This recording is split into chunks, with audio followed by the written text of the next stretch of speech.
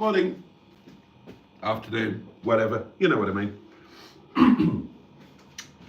Paulie Galtieri, hello, the lovely Carol C, who's just finished a lunch of eggs and bacon after a session in the garden. Oh, roast beef around 6 p.m. Lord Stiff Upper Lip, the lovely Andrew Buttigieg, Russ. Hello, Russ. How you doing, guys? Welcome to Sunday at Windy Bum. And as usual, I'm all behind like a cow's tail. So, Sophie, hello, Soph, and the lovely Carol Ann, hello. Sophie, so nice to see you. Hello, Paul. Right, I'm not using a microphone at the moment because I kind of couldn't be asked. But let me know if the sound is shit, and I will microphone up. Right, so, yeah, all behind. So, job number one is going to be the, hello, Chaz. Name me -1. Boatworth, thank you for the 1 month membership last week. You are more than welcome, mate. Sophie's at work. Oh, the sound is fine, thank you. How's work going, Soph? We've missed you and Neil so much. How's the new job? Tell us all about it. Let me just get some washing up on the go. Otherwise, we're not going to get anywhere, are we?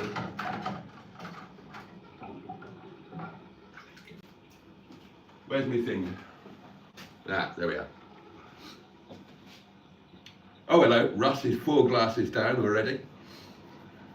Paulie's yet to go shopping. The cupboards and fridge are bare.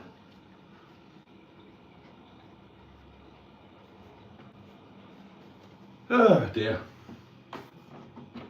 Right, let me know if you are cooking along with me. Or whether you're just chilling out or... Some of you might be working. I think Carol Ann said she was going to be working. Hang on, let me just chuck this out.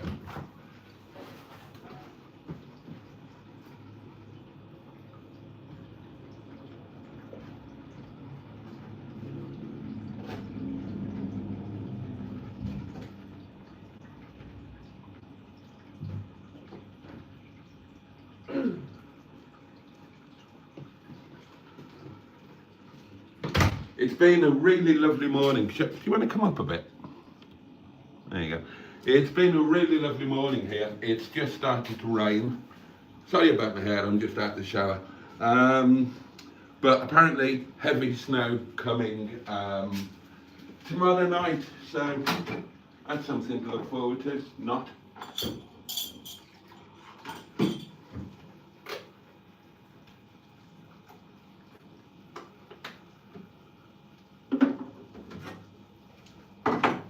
Washing up live, it doesn't get more excited than that. Oh my goodness gracious me.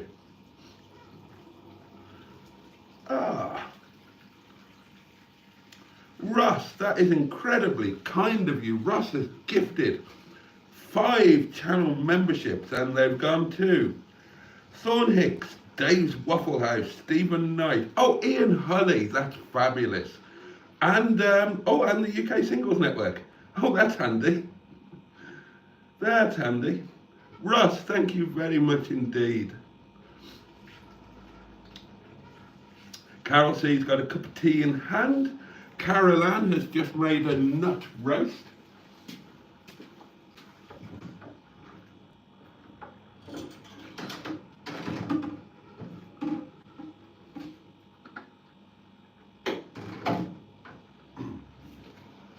A nut roast. Gosh. How exotic. My lunch will be entirely vegan, apart from the meat. That's going to be slightly less vegan. Although I did have a vegan lunch yesterday.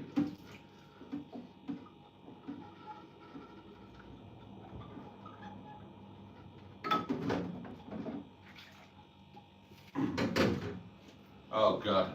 They had a party at work last night. I don't want to tell you what they were eating. I didn't partake. I've got my limits. They were eating unspeakable parts of goat and I do mean unspeakable. The kind of things that they'd use as a challenge on that stupid program, whatever it's called. I'm a non-entity. Pay me 80 grand.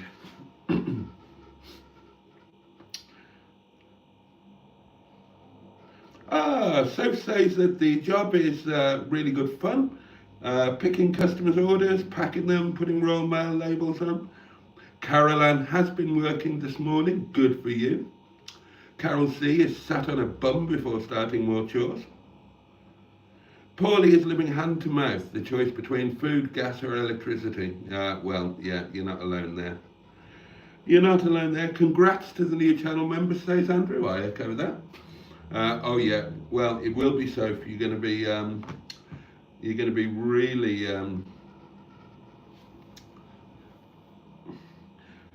keep trying to. He should have got one, Ross. Andrew, are your settings definitely on? Have you definitely got it set to accepting gifts? Oh, Ross, there was all sorts in there. Stomach, intestines, tail, you name it, it was in there. It looked absolutely, well, I was going to say foul, but that would be chicken, wouldn't it? Yeah, I really didn't fancy it at all.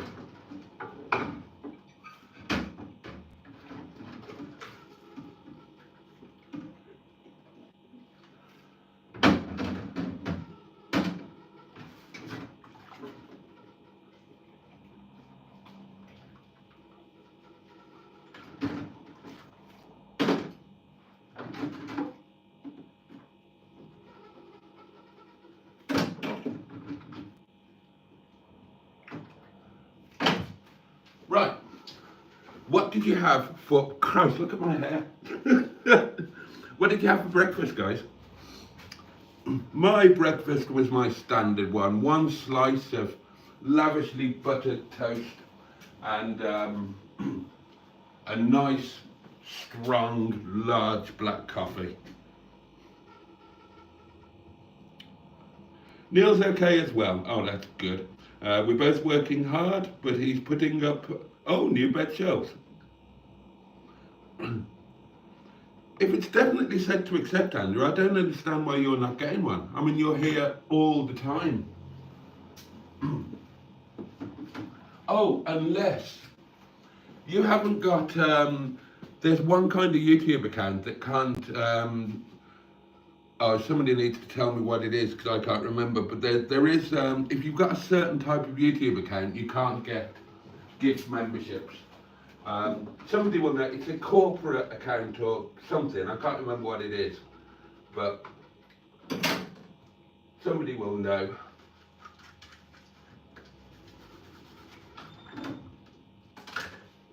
What's that?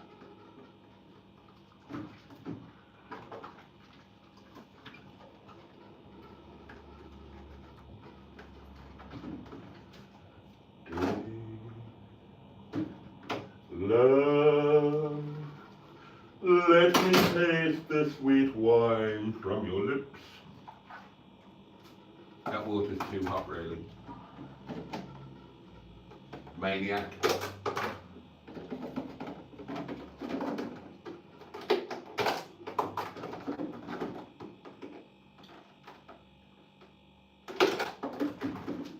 If I gave my heart to you, then I'd have none, but you'd have two.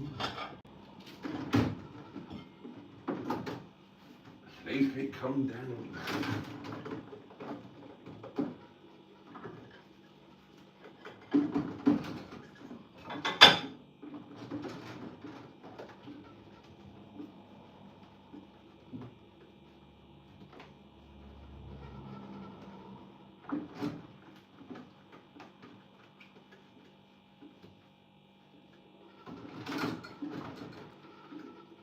I think I should have just thrown this one away.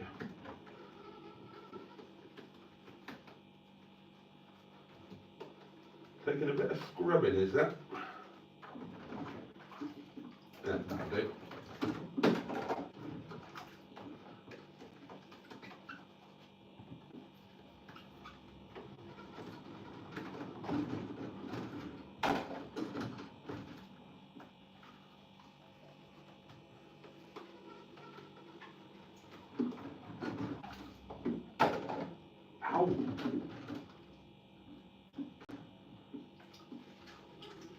There are always more of these than I remember. I think they fornicate and multiply while I'm asleep. I mean, it hasn't been that long since I last washed up. How can I possibly have 1, 2, 3, 4, 5 of those?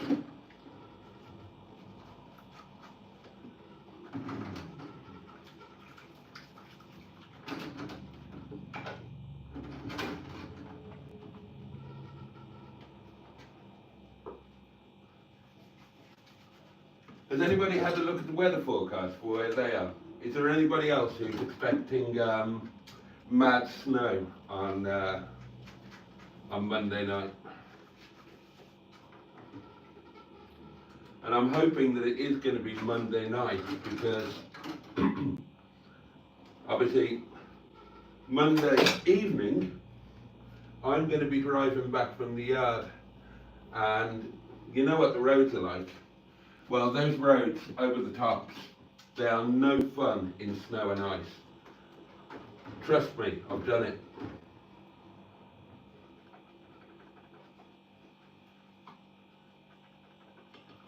If you go way back to,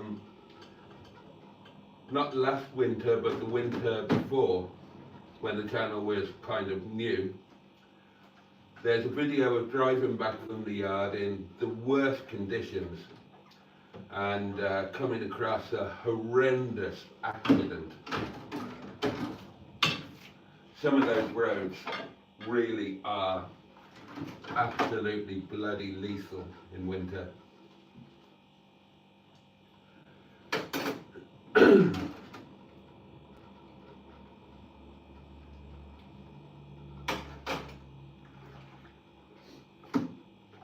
Right, just the soften bar to do, and then we're done.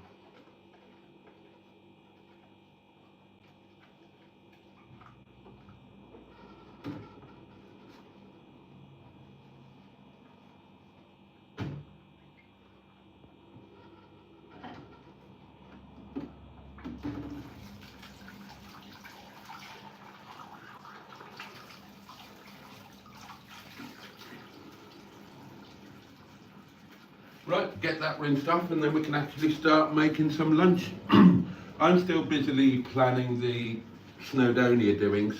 God. Every time I perch myself on the throne, I've got my road atlas out, page 32, and I'm planning routes.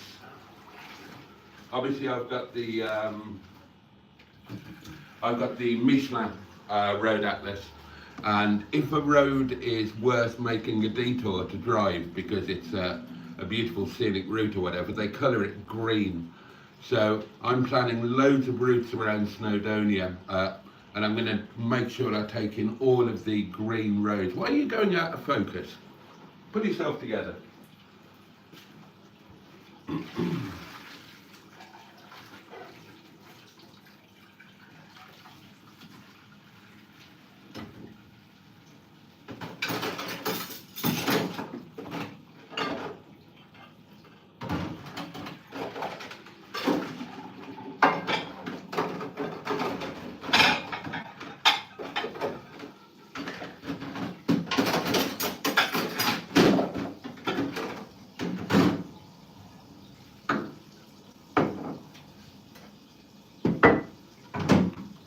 Right.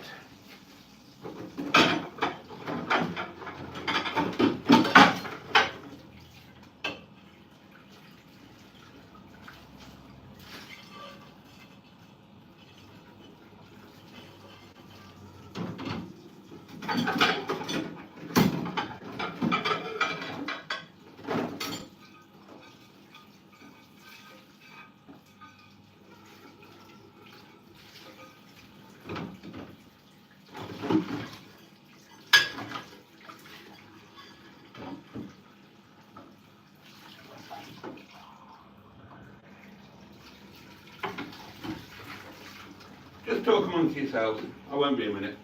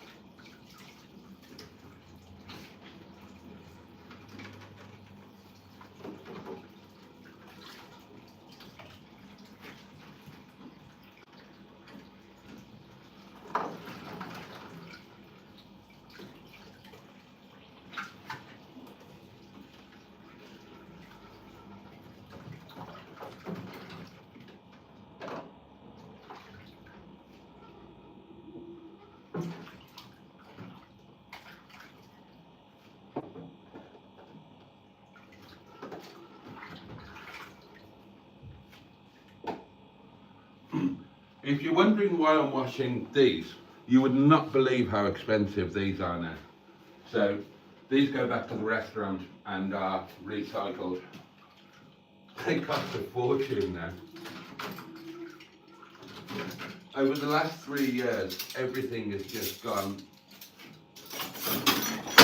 Oh, that worked well. Everything's just gone mad with prices. Right. Right. Washing up done. We can crack on with things properly now, can't we? Let's catch up with some comments.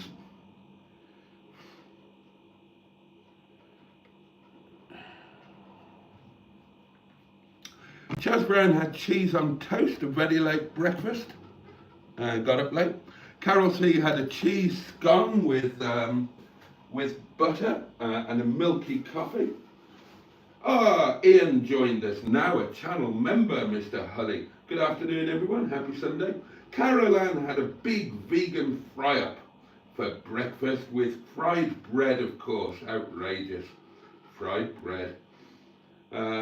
Sophie cooked a bacon and sausage sandwich for herself and for Neil this morning. Andrew says, I haven't changed any settings since I received the last membership that I know of. Oh, right, so you got one before. And it's random from my understanding. Oh, maybe you've just been unfortunate then. Ross has had the best Sunday in a long time, as he works 7 days, believe it or not. Spent all day watching YouTube favourites as well as washing and shopping. He is a 20th century modern man. Give Neil a big hello from all of us, Sophie says, Andrew. Absolutely. Monday and Tuesday the snow's due in Northumberland. Yeah, well, Monday night they said for here. Andrew's just had some noodles. Carol Ann says, no snow, but we've had that horrible, really icy cold rain all day. It stopped me from getting work done on the little caravan. Carol C says, we live 300 metres up. My sure-footed Ignis, that's Suzuki, isn't it? 4x4 gets me around. Carol Ann says, I love Northumberland, Carol. I'm planning on doing the Northumberland 250 next year. Andrew says, so brown marked roads are to be avoided then. Oh God, it's getting properly wet out there now. That's miserable, isn't it?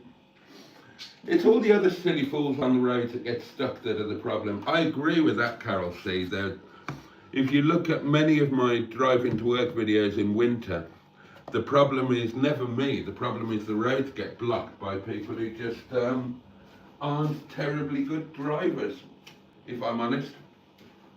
They don't drive very well, they don't drive according to the conditions. I've wanted to go to the bookshop in Alnwick for ages. Well, if you're like me and you love a bookshop, then when you're in this part of the world, Caroline, you need to go to Scarthin Books in Cromford. It is one of the most amazing bookshops in the world. Probably my second favourite. My first favourite would be, I can't remember what it was called, but there was an amazing bookshop in Chicago. I think I spent all the time I was living in Chicago, and I spent most of my time either in that what's it called, cabaret club, or that bookshop. God, I love a bookshop. Second-hand bookshop, anyway.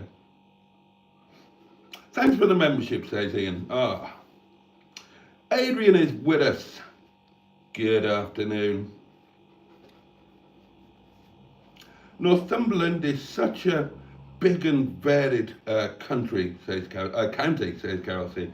But the natives are generally friendly. I like the generally. So, you know, there are exceptions. Right, what time is it? It's 10 to 1. We need to get cooking, don't we? I'll be making plans to come back next year, says Ross, and do the NC 500. I'll bring old Spotty Botty along. Oh, that would be so cool. That would be so cool if the two of you came. I know it's a bit of a jaunt from Australia and all of that. Right, lunch, what do we need to do? Okay.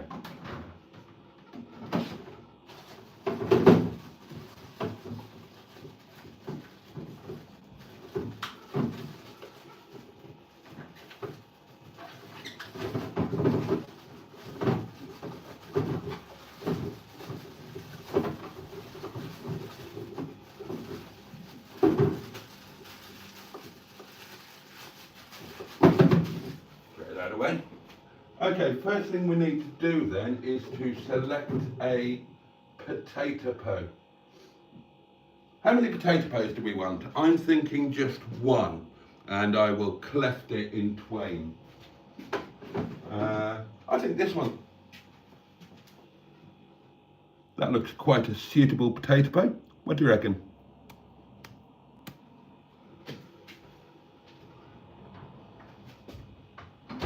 So we will undress this with a very useful kitchen tool known as a potato undresser.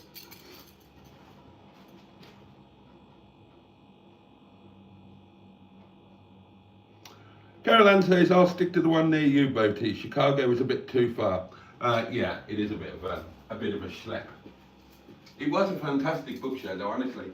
But Scarthin Books in Cromford, absolutely amazing. Just round the corner from where I used to live, and not far from me here.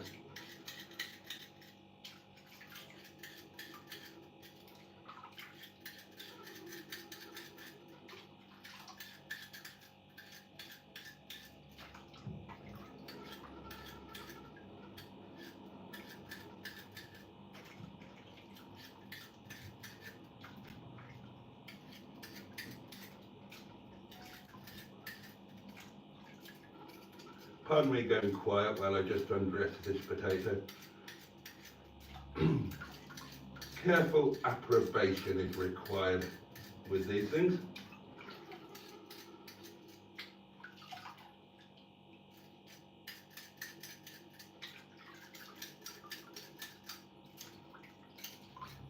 Now, how obsessive are you when it comes to undressing potatoes? I have to make sure that every little mark is removed. Otherwise I feel I haven't done my job entirely correctly.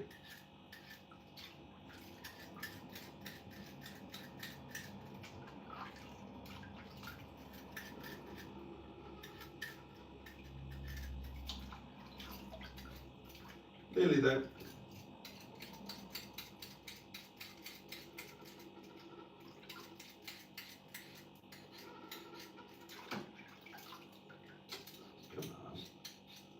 Out, damn spot. You were supposed to be a faithful dog, but you weren't. A little Shakespearean joke for you there, darling.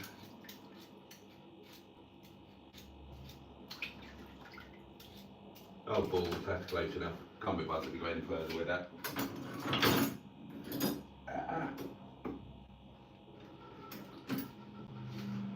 Again, let me remind you that if you're only going to have one knife in your kitchen, that is the chap you want.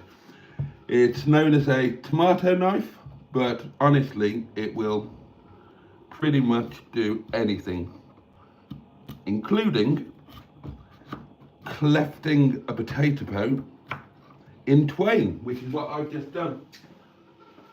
Just take that little bit of eye out there. Oh, take your eye out, Vicar. There we go. There we go. So, one potato, undressed and cleft in twain. We will take our saucepan vark, and if you don't speak Welsh, that means little saucepan, and is the name of the most well-known Welsh folk song. As Kenneth Matthews correctly said, if you are Welsh, then you were born knowing the words to Saucepan Vark. Oh, Sean's here, he'll tell you. Sean, I'm right, aren't I? If you're Welsh, you're born knowing the words to Sospen Bach. It's probably the first word you heard.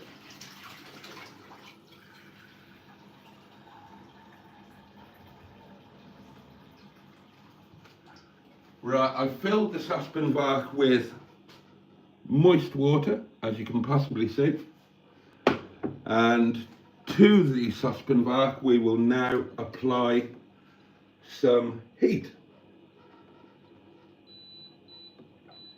And that is stage one of our luncheon underway.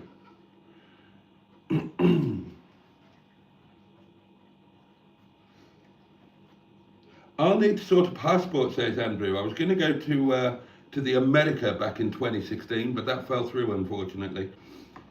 I've got so many car books, says Paulie Galtieri, especially by James Taylor. I need to start thinning them down at some point. I'm lazy, says Carol C. I don't peel my potatoes or sweet potatoes, just cut them up and roast the buggers. I peel, potatoes. Baby potatoes, new potatoes, Charlotte potatoes, Anya's, any of the smaller potatoes I don't peel.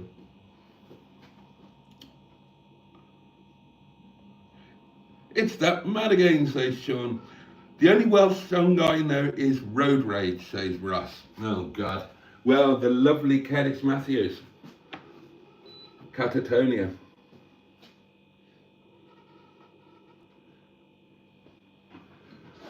Right, what do we need to do next? Well, we could tidy this up, couldn't we? I tell you what we could do, we could have a little drinking.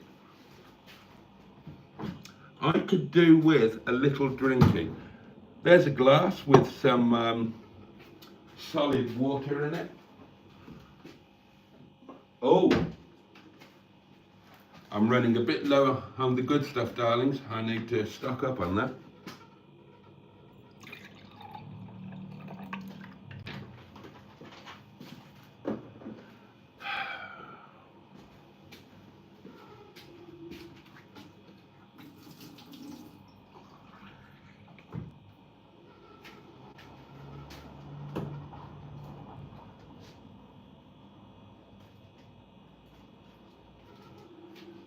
I wish I could get sponsorship from Vinto. Sean says, the last time I was with Cerys Matthews, she was milking a goat. God, where were you?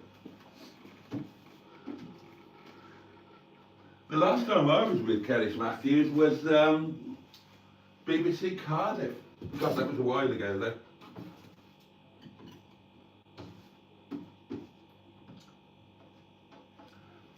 Fine figure of a Welsh woman is our Cerys.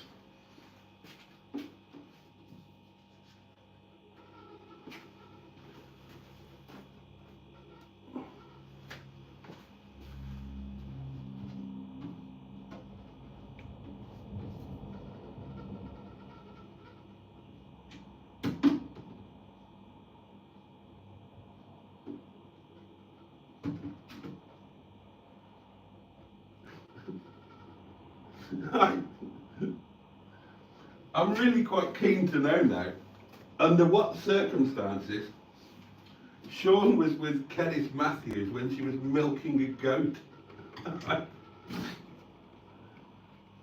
Oh, there was a very good programme on Radio 4 last night. Oh God, what was it called? Lobster Telephone or Telephone Lobster or some such. And it was a programme all about surrealism. I found it really interesting. Did anybody else listen to it? It was on Radio 4, I think it was in the 9 to 10 o'clock slot. Or was it the 8 to 9 o'clock slot? Oh, it was the 8 to 9 o'clock slot, wasn't it? Because 9 to 10 was the moral maze. And that was very interesting as well.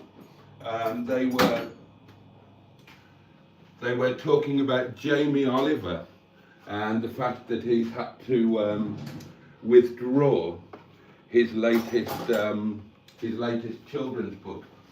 I love The Moral Maze. It's on twice a week, darlings. It's on midweek, and then it's repeated on a Saturday night, and it's a fascinating program where a panel will discuss a situation or a question or whatever, but from an entirely moral standpoint. So only discussing and considering it in terms of the morality of the situation rather than anything else. Excellent program. I recommend it, and I recommend Radio 4 generally. If you spend periods of your life sitting on your bottoms watching a televisual, then try eschewing the idiot lantern and turning Radio 4 on instead. You might be surprised how much you enjoy it. And you will also find that you get more done, because the joy of radio is you can potter. You can potter. If you've got your wirelessness on in the background, or if you're one of these modern people, you can tune into a wirelessness on your portable electric device, can't you? And with the wireless on in the background, that wonderful sound, you can potter. You can potter around. You can do laundry. You can do washing up. You can cook. You can dust. Vacuuming is a little bit more difficult because the vacuum drowns out the wirelessness.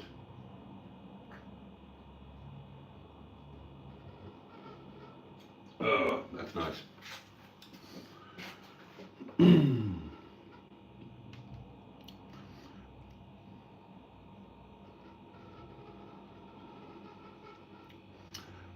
Sean says it's a sunny morning, but it's gone very cold now. Just editing my Tuesday video while I listen to you. As you do, Sean, says Carol. How are the plans for the live 24/7 camera in the window upstairs going? I must get round to that. I've got a list of things to do. Everybody's asking for black t-shirts in the merch shop. I need to do that. I need to sort out the Minge Bag Starling merch. I need to sort out the 24/7 live stream. I need to go to Snowdonia. So many things to do. I will get round to all of these things in due course.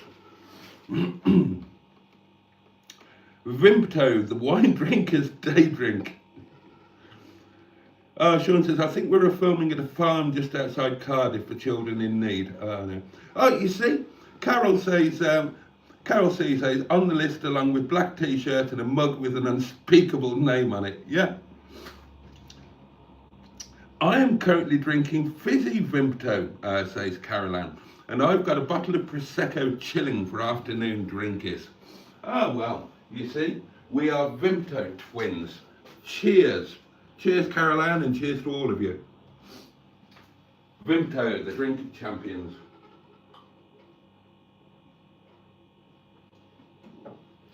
And then Caroline will be swapping on to Lady Petrol at some point, whereas I will be a good boy until 11 o'clock tonight, where this splendid chap will be opened. Now, the one thing I am looking forward to with Christmas and all of that shenanigans is I've got a couple of really nice bottles of wine to enjoy, courtesy of Sean. Oh, hello, Nick's off somewhere. So that'll be something to look forward to. I don't look forward to much else about Christmas. Not these days.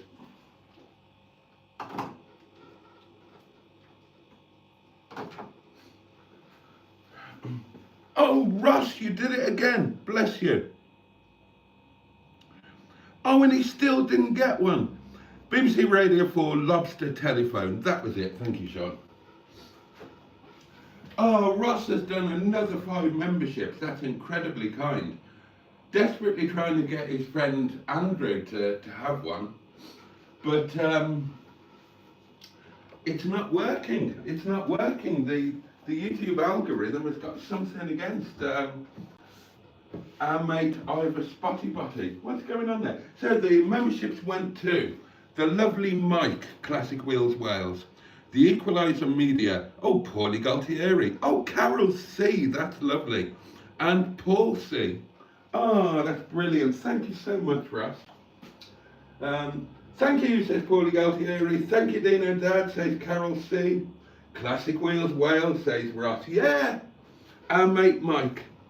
Congratulations again on the new member, says Andrew, who still didn't get one. Oh. Ross, have you won the lottery? Very kind. Andrew, I'm sure I said to you a while ago, if you ping me your PayPal or bank details, I'll send you some pennies for a membership. I'd love you to be a member. I don't want you to be missing out on anything. But there isn't a possibility for me to buy a particular person a membership, or for anybody else to do it either. You'd think that as the channel owner, or whatever you call it, content creator, I don't know. You'd think that as a bloke what does the channel, you'd think I should be able to say, right, you have a membership, but I can't, sadly. Oh, I need to have a bit of a tidy up here. Right, that can go up there. And these can go somewhere where you can't see them, and then it'll look tidy, but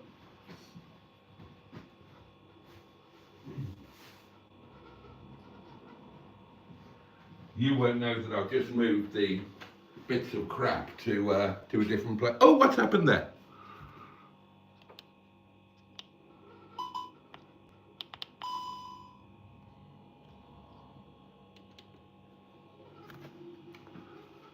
Right, sorry about that, darlings. The gimbal just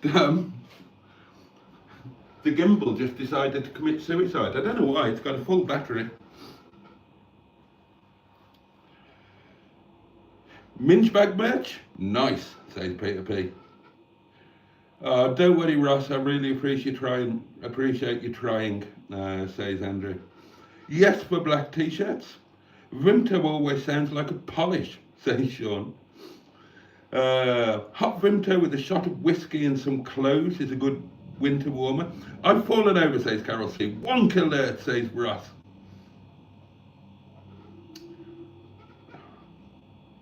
How many coins are there? Asked Sean. Sean, I don't know. No, I presume you're talking about your box.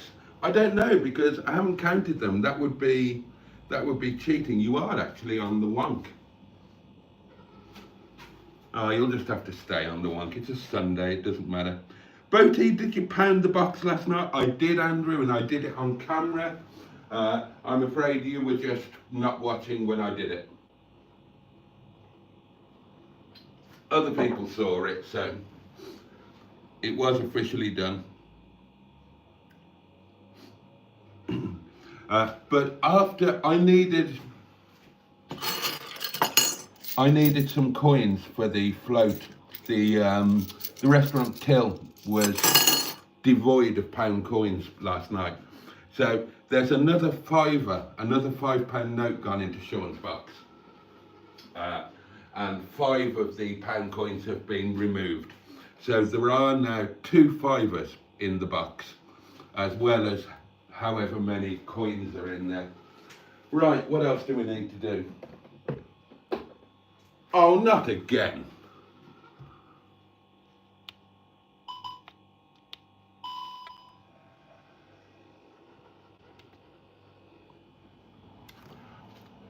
Right, you know what?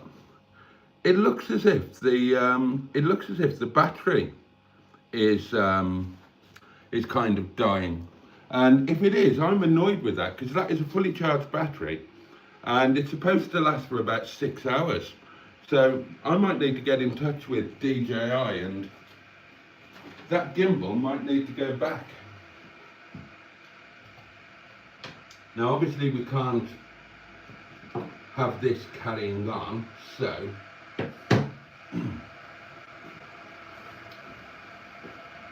I will take you out of the gimbal and you can go into Sonia. Oh, you don't normally get to see Sonia because normally you are mounted on Sonia.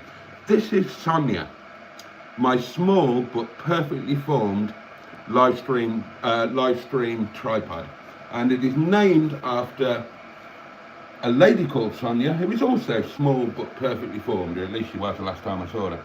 Right, hold on. Right, this is going to be tricky now. I've got to swap you over without pressing anything that's going to bring the live stream to an end. And that might be harder than you think. Right, hold tight, darlings. Oh, we're okay. We're okay. I told you it'd be troublesome. Right, there you go. See, look. Now, this was a fully charged gimbal, and it appears to be saying that the battery is a bit goosed. So that's annoying because that's been on charge for 24 hours. And how long have I had this thing? A couple of months, 2 months, 3 months? So I should be really peeved if that's K-cuffed.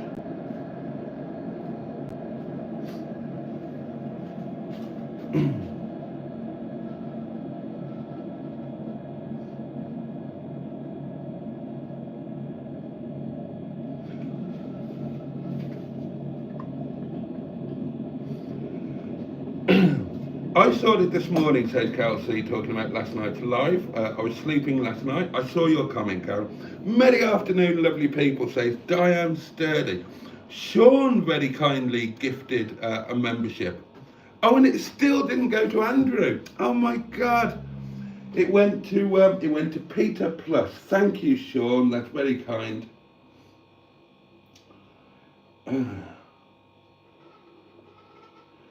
Fair enough, you must have done the pounding while I was typing, says Andrew. Half of my screen disappears when I type. Sean says it's bizarre that you can't choose a member to gift. It is, isn't it? And, oh, bless you, Sean.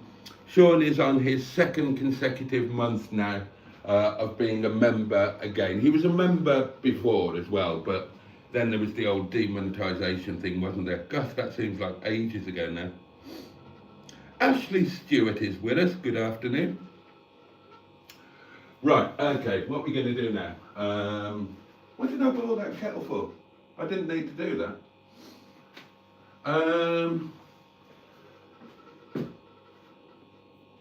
Well, I think I'll just nip outside for a breath of fresh air. Oh, Ashley Stewart has been a channel member for 12 months.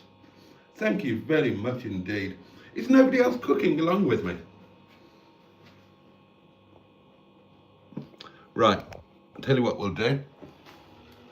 You can have a look out of the window. Where do you want to look? Do you want to look out the back?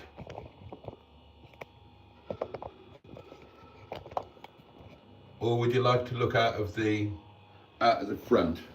Well, I have a... There you go. You can have a look out there. Can you see it? Right. I'll be back in a minute.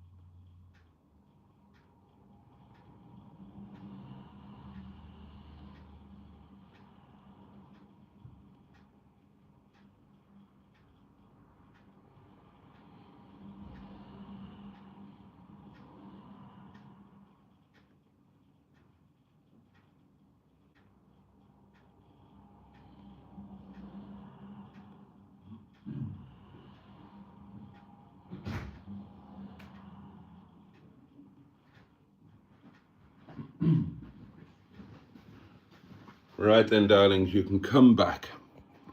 All is forgiven. Oh, do you want a quick glimpse of the Bee Gees? I can't see what you can see, so I'm doing this on kind of guesswork, but hopefully you can see Barry, Morris, or Robin, and Robin, or Morris. And that one is as yet unnamed.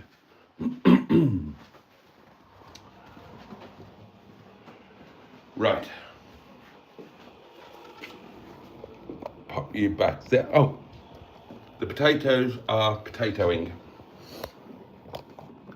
God, I hope you don't get travel sick. Okay, you can hang out somewhere around there. Bloody hell. Oh dear, oh dear.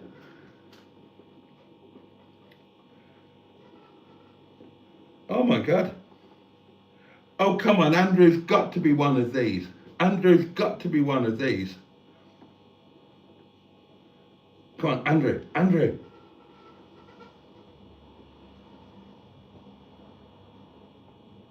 I don't believe this. Oh, come on, Andrew. Oh, oh my God, right, what's it? Right, dear me. Right, let's work back a bit. You boiled the hot water for mint sauce, says Sean, who is obsessed over mint sauce. I definitely did not. I boiled the water to make stuffing, actually. But then I remembered I'm not making stuffing today. Ashley gifted a membership, which went to Craig. Geez, that's busier than the M25 say for us. Yeah, for those who don't know where I am, the road that my lane butts up to is the one and only thoroughfare across this part of the Peak District. There are little lanes that crisscross here and there, but that is the main thoroughfare, so it's the only like reasonable sized road that's available. Certainly the only road that could be used by HGV traffic. So it's an incredibly busy road, and that's kind of a two-way street, really. Obviously, it means that there is noise, but you get used to that and you just don't hear it after a while.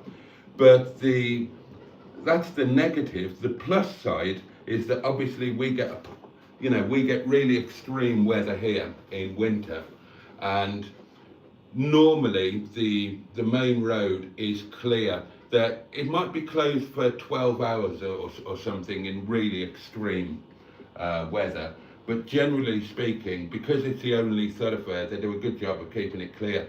So the chances are I'm never going to be completely stranded here, because that main road will be kept clear, and getting onto the main road is kind of downhill, so I've got gravity in my favour. So it is a bit of a double-edged sword. You do get the noise, but I'll take that for the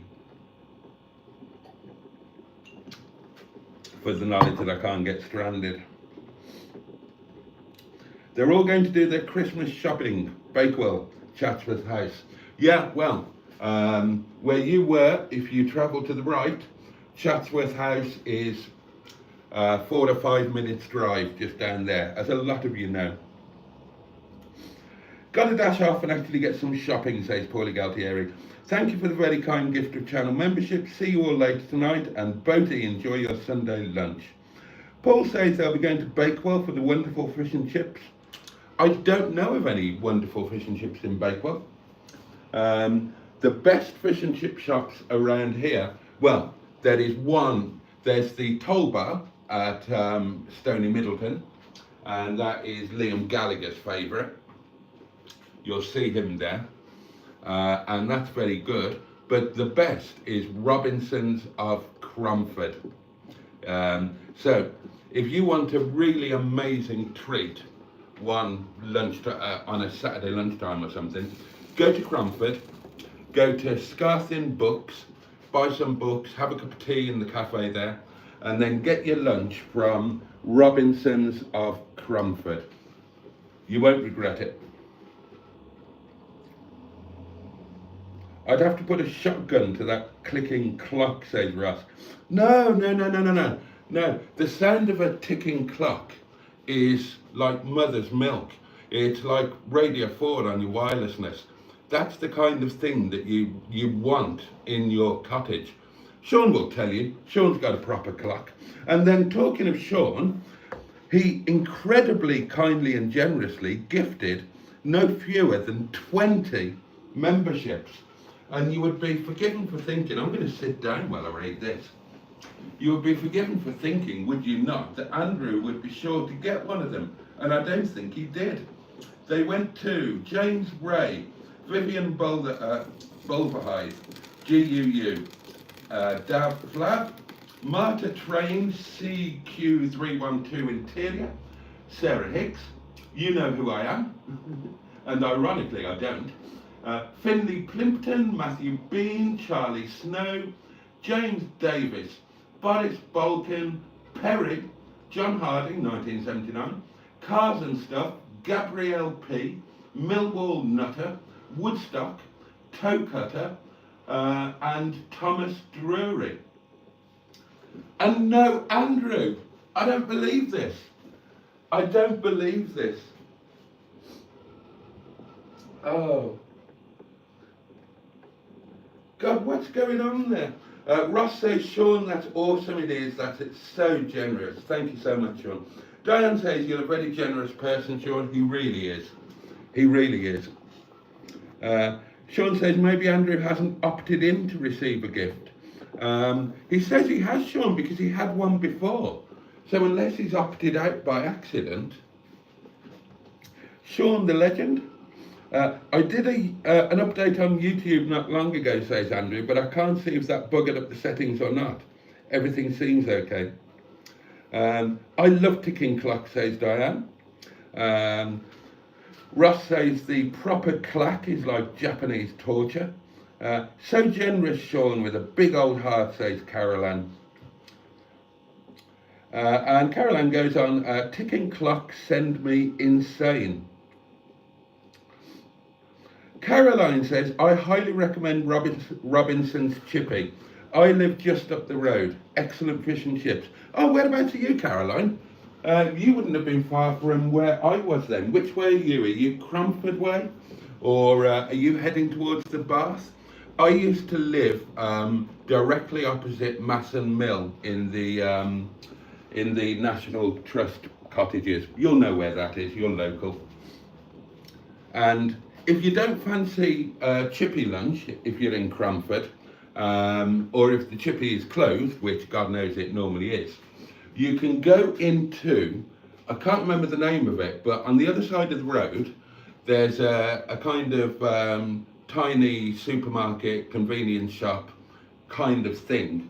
And you can get homemade cakes in there and freshly made to order sandwiches and buns and whatnot. And they are lovely. Hi all, says 69, late because of chores. Afternoon all, and Mr. Boaty, says Barry Scrotter. 35 people in the chat, says Carol C. What are we going to do about Andrew? What are we going to do about Andrew and his non-membership? Andrew, are you friendly enough with anybody that you would trust them to have the login details to your YouTube account for a while? You could always change the password afterwards. Because if you can't do a PayPal thing, or your bank isn't working or whatever, is there anybody else that you could allow to access your account for 2 minutes so that we can use one of our card details or whatever to just whack you in a membership? I'd love to see your name in green again. Ashley's got to go. Have a good afternoon all. Thank you for the gifted membership, Ashley. And thanks again to Ross, who's gifted 10, and to Sean, who has gifted 20. Oh, you're on the hill in Cromford, Caroline.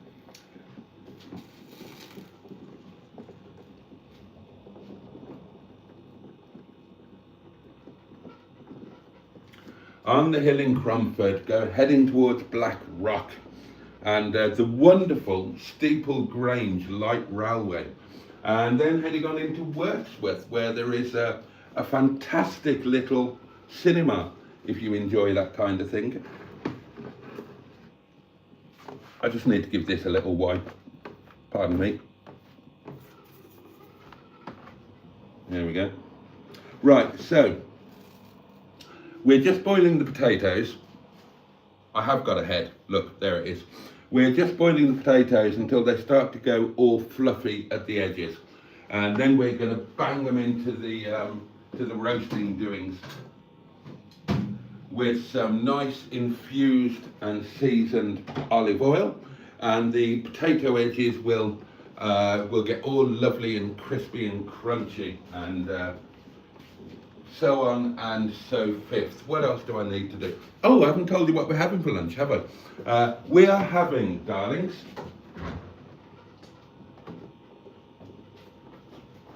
supreme of chicken that has been marinated for 24 hours in, well, all sorts of wonderful things, but predominantly garlic and mustard. So we're going to have a couple of pieces of that.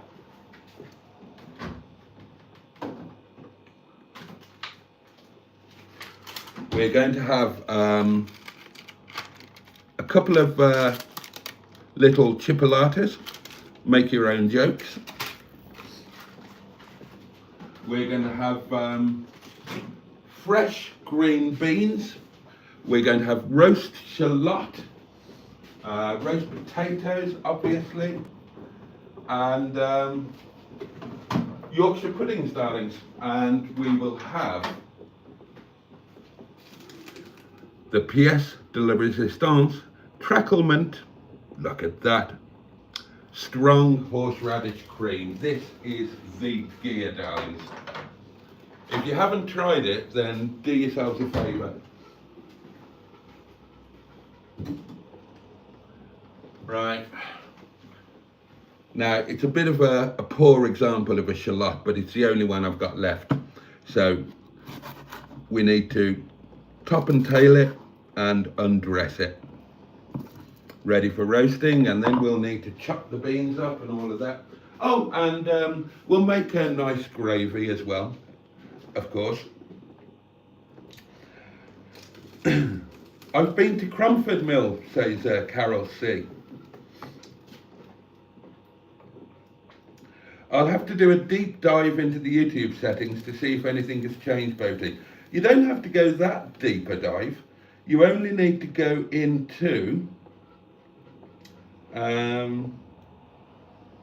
you just need to go into, well, I think you need to be on, right. Yeah. Okay. Yeah, Andrew's not on a computer, he's on a smartphone, and there are quite a few things that are not available on the apps. You need to be on a browser. Well, you can access YouTube on a browser on your portable electric device. You just open your browser and access it through there rather than using the app, but it is a bit fiddly. There are great walks around Cromford in the Derbyshire Dales, and there are indeed. You've got Black Rock just up the road. Obviously, there are fantastic walks around Matlock Bath on both sides of the river. I mean, if you just go opposite Masson Mill and go up the steps past the back door of my old cottage, the cabbage patch, where Boo and Little Miss still are, but I probably shouldn't tell you that for privacy purposes. Yeah, if you just go up those steps, that takes you into the forest, and there are amazing walks up there.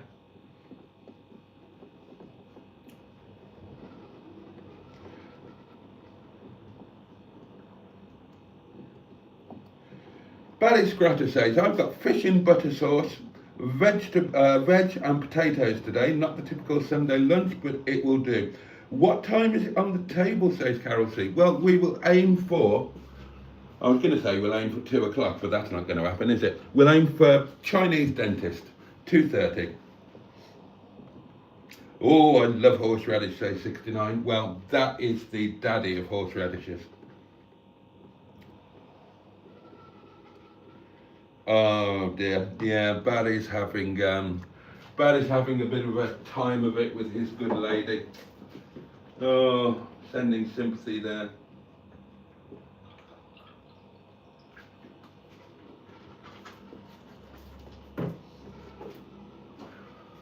It's very difficult living in an atmosphere of disharmony, shall we say.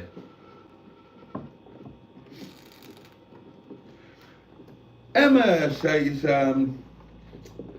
hi all, I'm out so can't watch at the moment. I completely forgot about the live stream. Hope everybody's Sundays are going well and I'll catch you when I'm home if you're still going then. Is the Great British Car Journey near Cromford, asked Paul. Not a million miles away. The Great British Car Journey is on the, where is it? It's kind of in between Wattstonwell and Ambergate, isn't it? It's on the main A6, so it's, yeah, so from Cromford, if you just head down the A6 towards Ambergate, then you will find the Great British Car Journey on your right-hand side. Now, what the Great British Car Journey is close to is the restaurant and the Airbnb, the Sherpa's Lodge. That's why I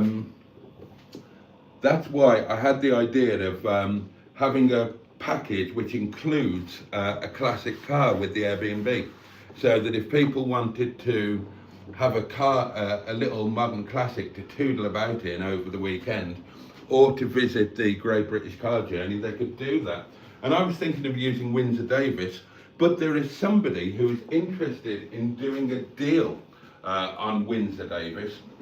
So watch this space, because Windsor Davis might be turning into something else. A little bit older and with a little bit less roof. I'm quite excited about that. That reminds me, I need to message him.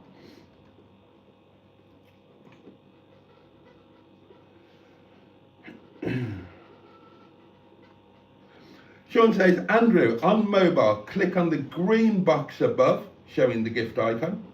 Then click allow gifts, then slide the allow gifts to the right. There you go. Try that. Carol Ann's hoping that Emma's having a nice day, and I hope you're having a nice day too, Emma. I grew up in Starkholmes, says Ian. Well, you've been with me in Starkholmes, darlings. When we go to Cromford railway station, we go through Starkholmes, up and over. So how to tell you where Starkholmes is? Right, so if you're at Gulliver's Kingdom or the Heights of Abraham, or wherever you are on that side of the river in Matlock Bath, and you look across the river, Starkholmes is the bit right up at the top there. It's fabulous. The views are amazing. And my late father lived in Bonsall. Well, Bonsall is a gorgeous little village. So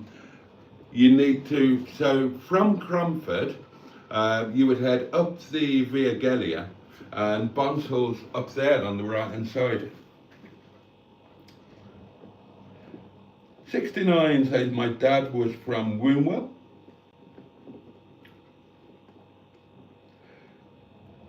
Thanks for the tip, Sean. The green gift box icon has your last member's gift showing.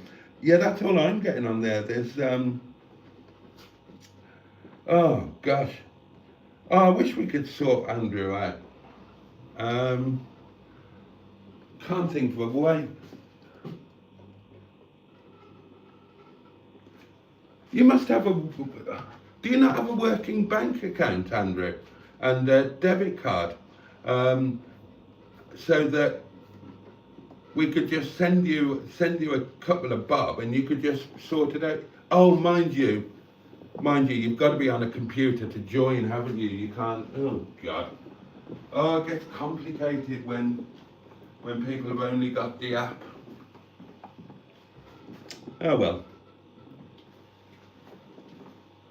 But thank you all for the channel memberships. Ashley, Sean, Ross.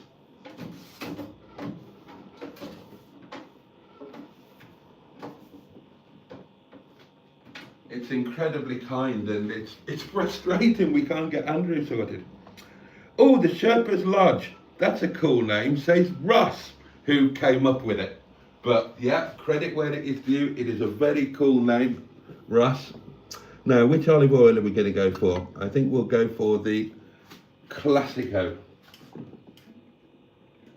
Oh, shall I use an...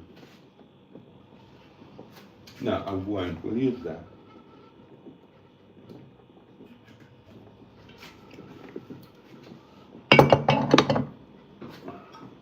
Put this here so we can see what we're doing. We'll have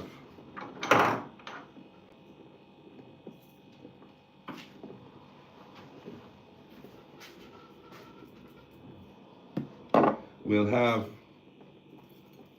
bit of garlic. Bit of garlic in there. Garlic never does any harm, does it?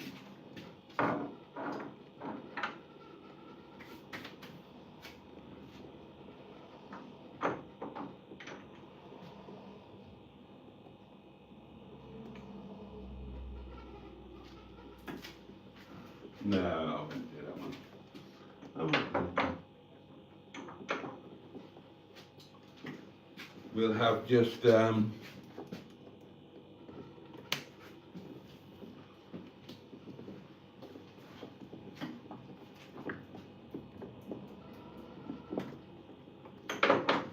teensy smidge of that.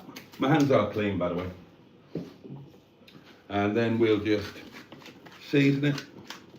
Lashings of pepper, because freshly ground pepper is one of the best things in the world.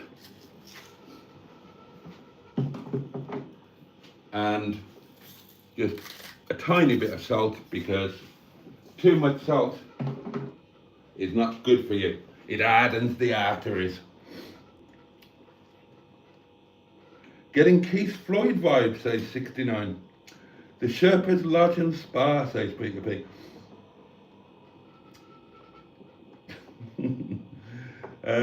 It makes it hard without a computer, says Andrew, and as I mentioned earlier, my card has expired and I have to renew it.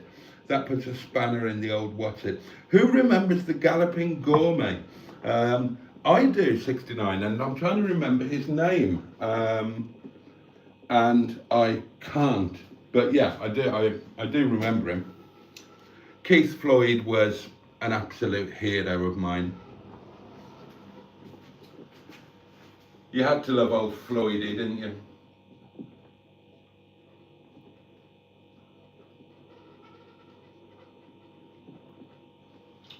A proper old school cook. That's right, Graham Care. Right, how are our spuds doing?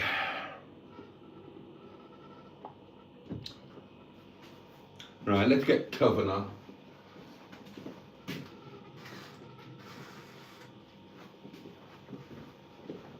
This shouldn't be here, that should be in the toolbox. That shouldn't be there. Oh God. And little Joe is on the floor down here where I chucked him.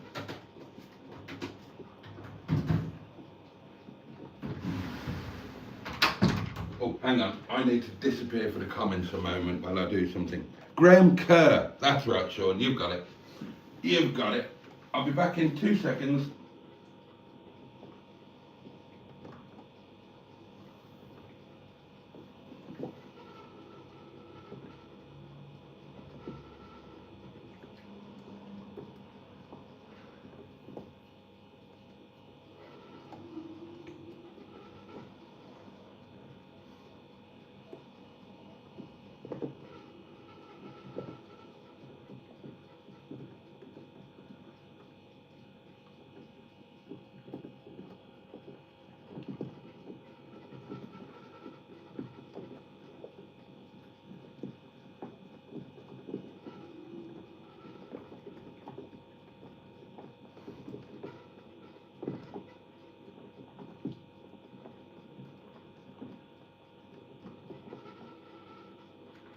Good, that's done. Right, let's come back to you.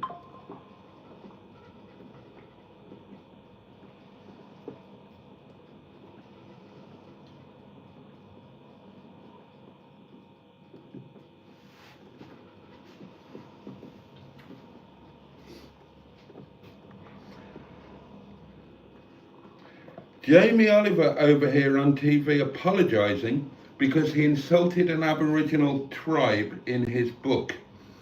He didn't insult an Aboriginal tribe. I was talking about this earlier because this is what the Moral Maze programme at 9 o'clock on Radio 4 last night was about. He didn't intentionally insult anybody. For those who don't know, Jamie Oliver writes kids' books.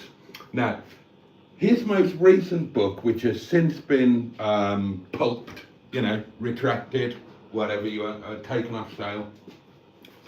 His latest book had a character who was I've forgotten what the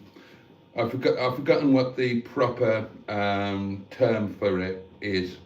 There is a politically correct term for the what were they called? Well, I can't remember what it is. But he did, basically, this is what it's all about, right? There's a character in the book who is from Alice Springs, right? One of the bought children from Alice Springs, but the character speaks a language that is from a different part of Australia. And that's what this whole thing is about. They've completely lost the plot. He's had to go over there and apologise. And the book and the publishing company have had to apologise. And the book has been withdrawn from sale and all of that. Because one of his characters was speaking with the wrong accent. And apparently this is a massive insult. You know? He didn't do it on purpose. He made a mistake. But yeah, that means that he is now a child of the devil, and I'd never insult a minority, says Mark the Vicar. Mind you, the Welsh. Little Joe down on the floor, how did he end up down there? I put him down there when somebody was asking where he was on the live stream, and I went and got him from where he was, and I just shoved it back there. You can say what you like, Fanny Craddock takes some beating, but give me an egg whisk and I'd have a bloody go. Hi all, I can't be gifted memberships either, says Maitland. It's something to do with the type of account I have, a brand account. See this link. See, I knew it was something like that. True Crime UK has joined us. Hello to you.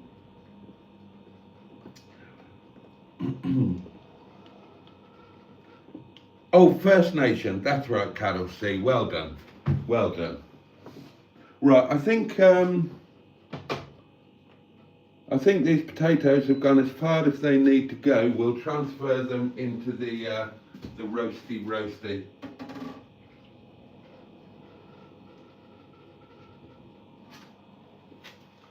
Oh, I think they're going to be just about right, actually. Okay. Now, they might be a bit crumbly, so we'll do this carefully. There's one. And two. We'll rinse the saucepan bath, and that will be reused for the beans, which I will cut up shortly. And then we'll waft these potatoes around there, spin them, waft them, let them, there we go. Right, they're going to be grand. This isn't hot, is it? No, just check in before I touch it. There you go, and into the oven they go. It's too early to put Mr. Shallot in there. Mr. Shallot can go in about 15 or 20 minutes.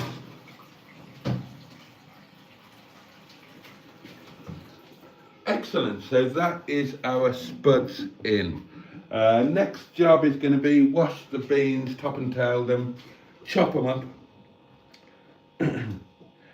Jamie Oliver didn't even write the book, says Matron. It was ghostwritten. He requested the book was read by a sensitivity personage, but the publishers didn't, so they're assuming full responsibility. Carol C has moved to the kitchen and is preparing a roast meal and setting the table. And Diane is asking, what are you having, Carol?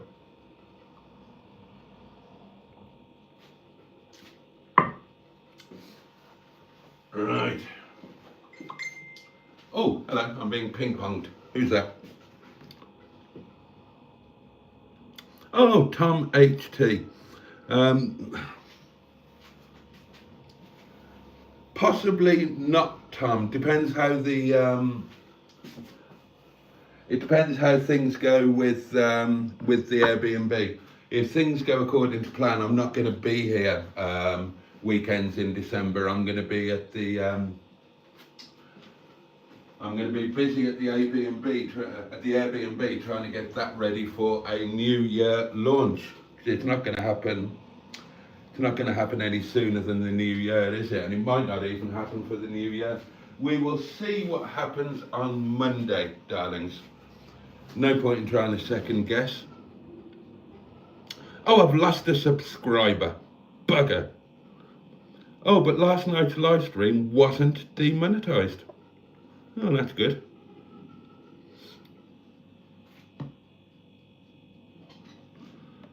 Anything happening on Facebook? Let's have a little look. Oh, I've got 7 doodahs.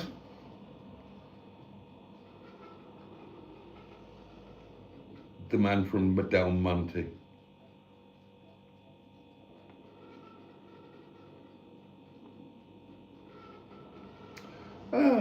Ross says, these are on my photos on the Facebook group, you're a brave chap putting it all out there. Well, it's not exactly all out there. I just put up some old snaps is all that were genuine potatoes, photographs, old school photographs that I scanned into the doings.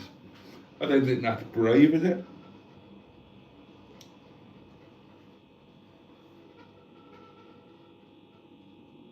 Carol C is polling again. Right, let's have a look at Carol C's poll.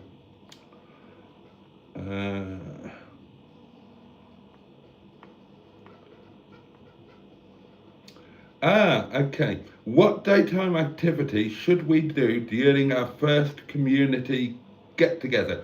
And the options so far are yomping round the Peak District, visit Chatsworth House, an orgy with nibbles, visit Gulliver's Kingdom. Well, visiting Gulliver's Kingdom is not a possibility unless you all bring children with you, because adults are not allowed into Gulliver's Kingdom unless they have a child with them.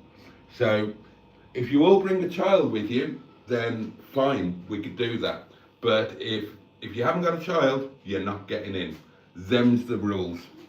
What are the other options? Visit the open door business opposite the restaurant.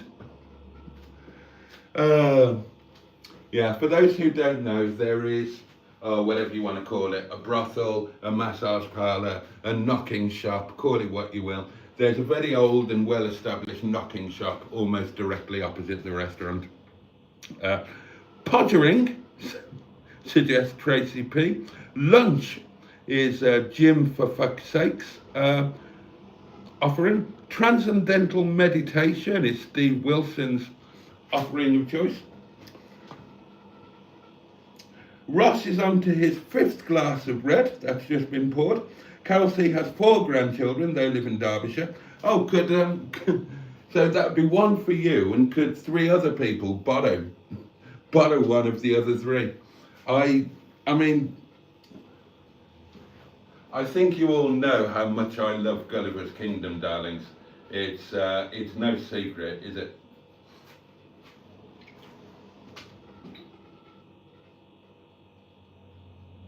Oh, Matron was right. It's a sensitivity reader. There we are. Right.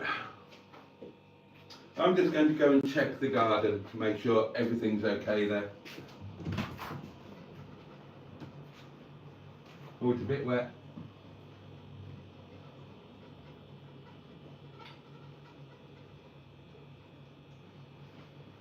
I iPhones are waterproof, aren't they? Can I put you out in the rain? Sorry if that sounds a bit harsh. I am a giant at Gulliver's Kingdom. I wonder if I can put you out in the rain. I'm sure iPhones are waterproof. Ian Hully has got to go now. Need to do some boarding housework, put a wash on. Thanks again for the membership, and everybody enjoy your lunch. Oh, that's kind. Have a good afternoon, Ian.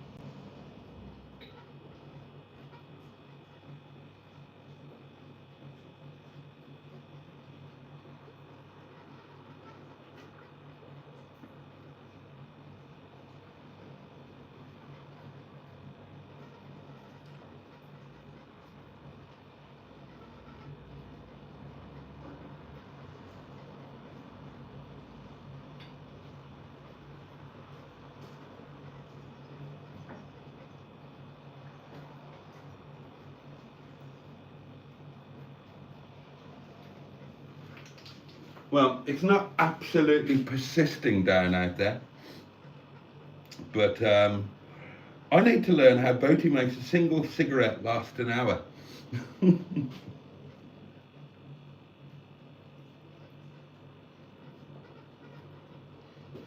It's an art. Ross works every day. Listen to the lives on Headstone while he works installing pool fences. Andrew's not looking forward to the heat wave we're getting here late next week. iPhone info from Sean. There are no iPhones that are entirely waterproof. They're designed to be water resistant to protect against minor water damage. Right, so I guess they're okay in the rain then.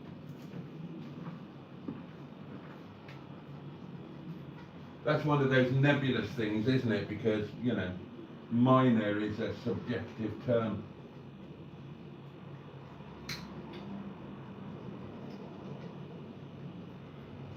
Basically, if you damaged your phone and put a claim in, you can guarantee that they would say it wasn't minor.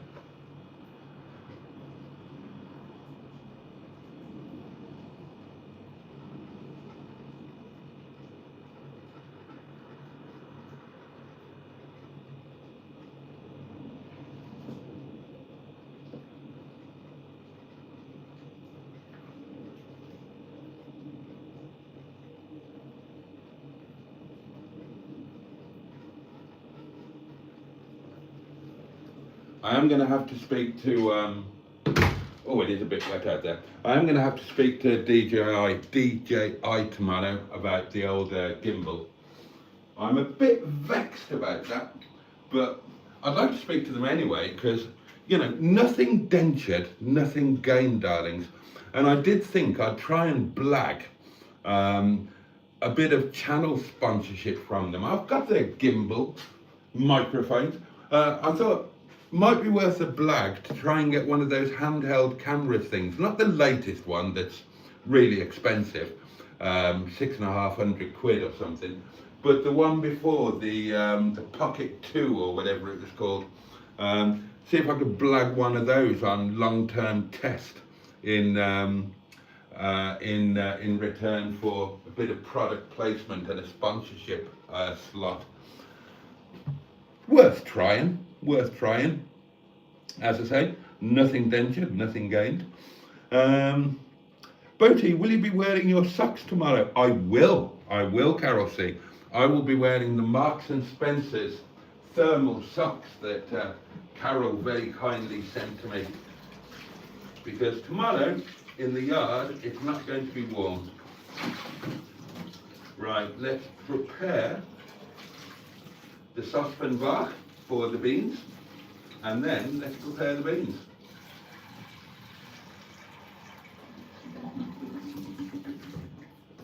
Right, I have rinsed and refilled the saucepan bach with moist water. I will get the beans from the fridge.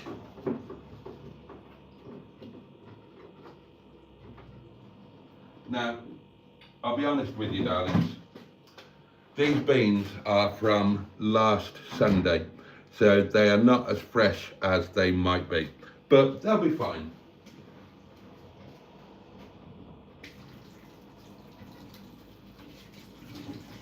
And we'll just give those a rinse. Sean says, I'm eating a stairs pie. Can you guess what is in it? No. I could cheat and Google it. Sean, you're in the village. In the village? You're in the valleys. Should you not be eating a Clark's pie? Clark's pie and brains bitter.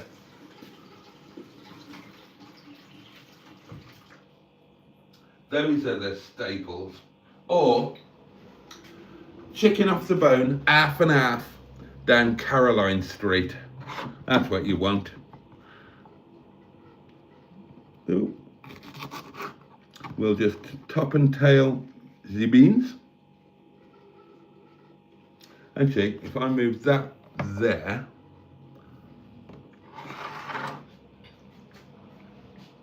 oh, apples and pears, stairs.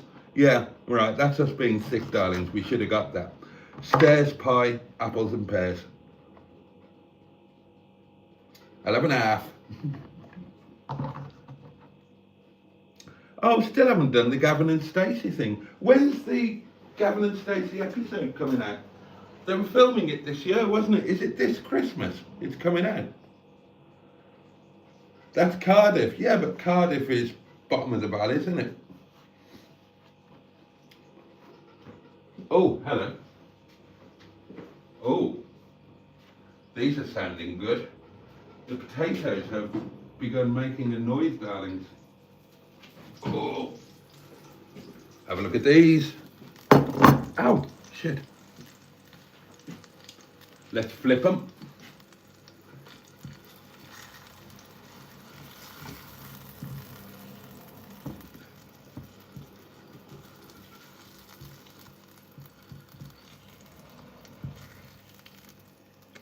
Oh,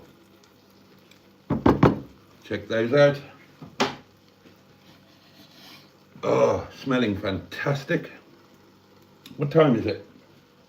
All right, we'll give these another 10 minutes or so on their own, and then we'll bang the shallot and the chipolatas in.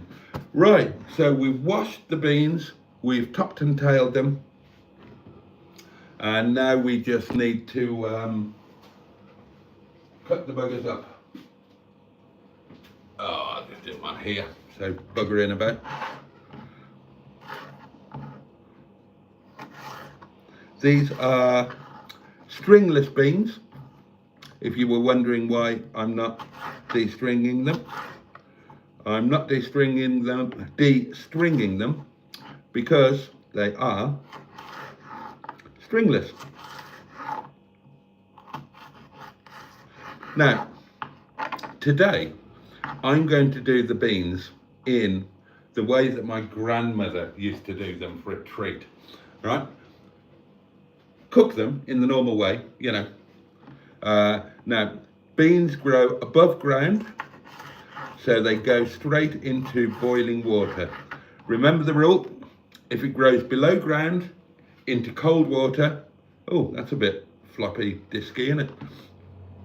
If they grow below ground, you put them into cold water and bring the water up to a rolling boil. If they grow above ground, they go straight into boiling water. So I'm going to cook them in the normal way, but then when they're cooked, I'm going to drain them in the pan. I'm going to put a knob of butter in the pan and some freshly cracked black pepper, and I'm going to chop them so that it'll chop in the butter and the black pepper, and they are delicious like that. My grandmother used to do that with fresh beans from the garden, and it's a massive treat. It evokes happy memories of Welsh childhood, and that's never a bad thing. Okay, they're ready to go. So now I'm cheating today with quite a lot of things. The um, the Yorkshire puddings are a cheat. They're the Sainsbury's ones from the fresh counter. They're perfectly good. I've said this a million times before. If I'm entertaining, I know I'm not entertaining, by the way, but if I were entertaining, I'll just bring that bean water up to a boil. If I was entertaining, I would make my own Yorkshire puddings. When it's just me, I can't be asked. Um, you know, buy them.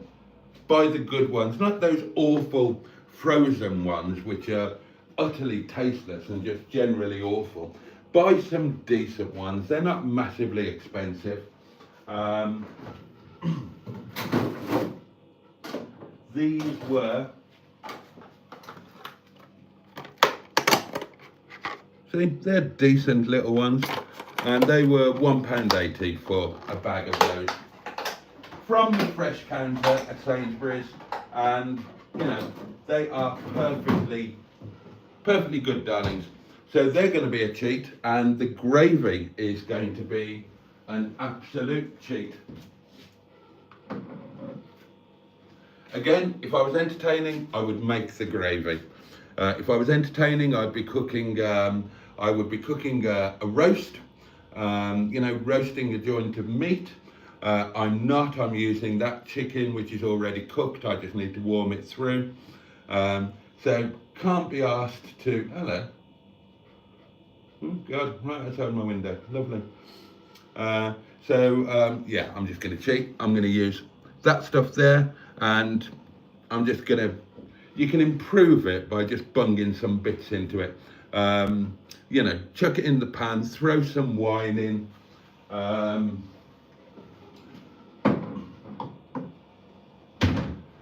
If you want to make a Cajun gravy, throw some spices in. You can, all of the cheaty things, you can generally speaking, you can improve them by buggering about with them a bit.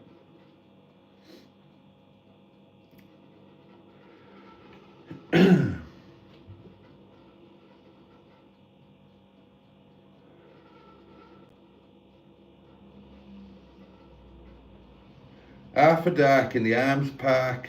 Exactly. Exactly. Cardiff is not the Valleys. Well, I know it's not, but you know. Christmas 8:30 p.m. Gavin and Stacey. Ah, fantastic. I'm curious to know why YouTube has taken me here. Why Boaty? Can anyone explain? Well, no, nobody can explain the YouTube algorithm because nobody truly knows how it works. Some people claim to, but if we genuinely knew how the YouTube algorithm worked, we would all have amazingly successful channels. Mark the Vicar says, my Sunday dinner consists of oven chips in a slow cooker. I may have taken a wrong turn in life. Isn't the lovely Charlotte Church based in Cardiff, asks Andrew. 69 says, the algorithm probably thinks you're over 50 and single. You've come to the dark side, Simon, says Diane. I steam my veg, roast parsnips and potatoes, says Kelsey. Yeah, if I was doing smaller potatoes, then I would be using this bad boy here, which is wonderful. I'm delighted with this. Hot cooking action, says Diane.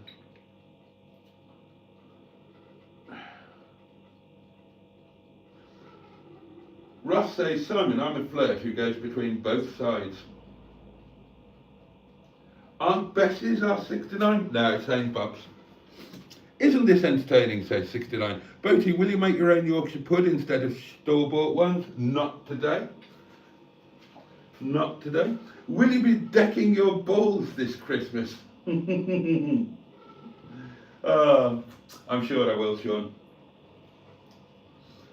Mark the Vicar says, I searched how to fix rust in an old Mercedes. That led to bloody Rovers, and here I am.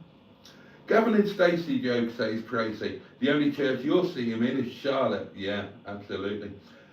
Why haven't we had loads of boat lovers on the channel, asked Ross? Good question. Hi, honey, I'm home, says Emma. Ah, Emma's home, everybody. The live stream can begin in earnest now. Our Emma's home. Right.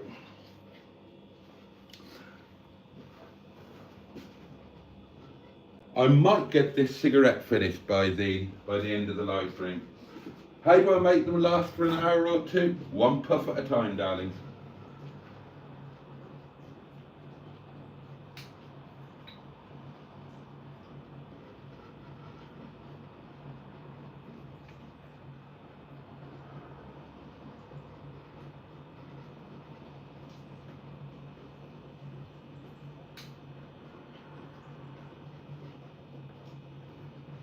One puff at a time, sweet darling.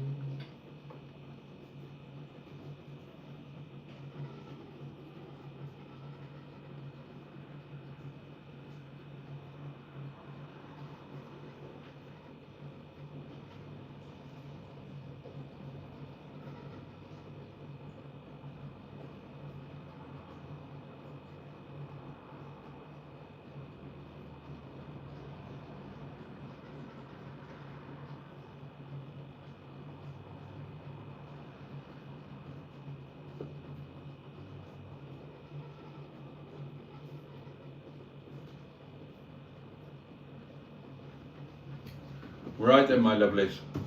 It's time to get the rest of the stuff in the oven. Oh, Paul, another gifted membership.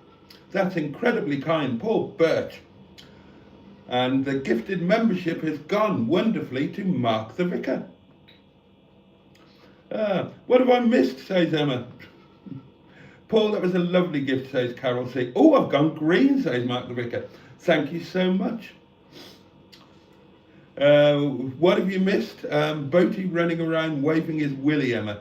And 69 says, Emma, you've missed a slightly shambolic kitchen shuffle. Oh dear. Oh, thank you, Paul Birch. That's very kind. Right, here we go. Here we go.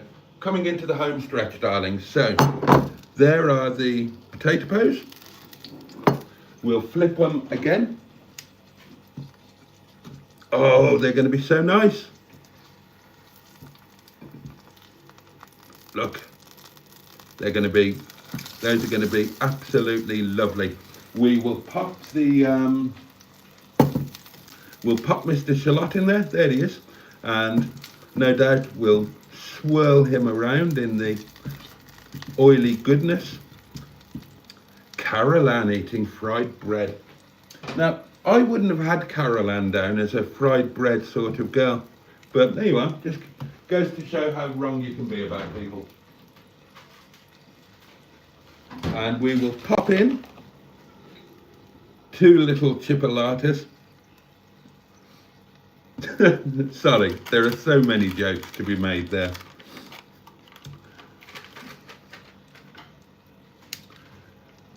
These were on special offer. Now, if you're wondering why I've only got 2 in the packet, I actually bought these last night, and I left 2 in the fridge. All of the others are in the freezer in Tupperware, along with the rest of the Yorkshire puddings.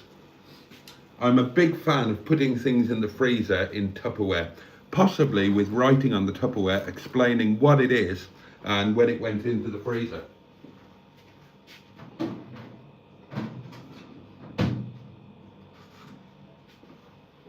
Okay, so that's everything in the oven now. The beans are ready to go.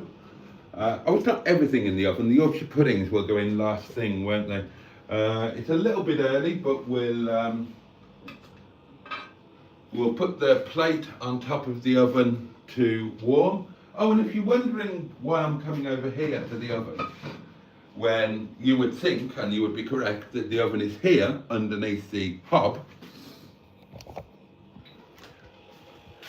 See, there's the oven, but that's the big oven, and I tend not to use it. I use this little tabletop oven here, and it makes a great plate warmer. Coffee machine, microwave.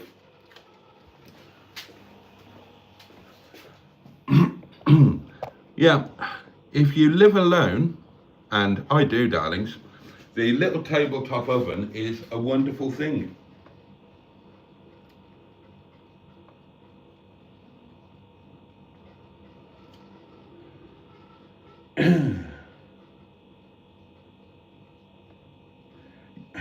What do I win? Asked Mark the Vicar with his new channel membership.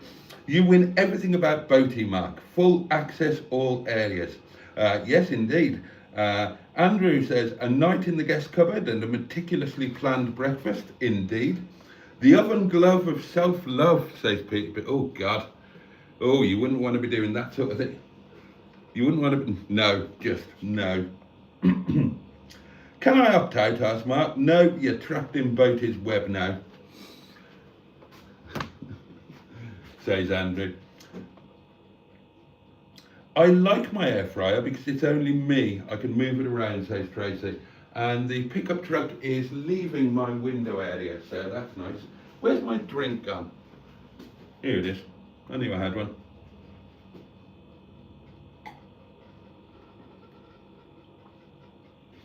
Right. I've got you on chat on there. Look. You can see. HW100. Hi all. Hello to you. Hello to you, HW100 or HW100 or HW100. So on this one, let's have a see if anything's happening on Facebook.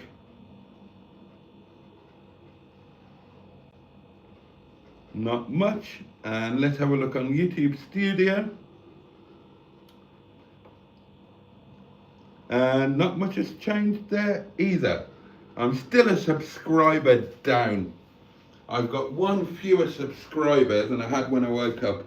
When I woke up, I had 6,748, and now I've got the 6,000 Boeing 747.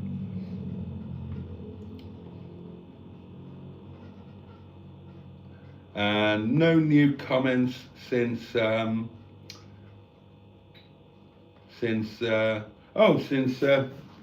Carol C explaining that she missed the live stream. Oh, look what I found. What's that? That was a weird noise.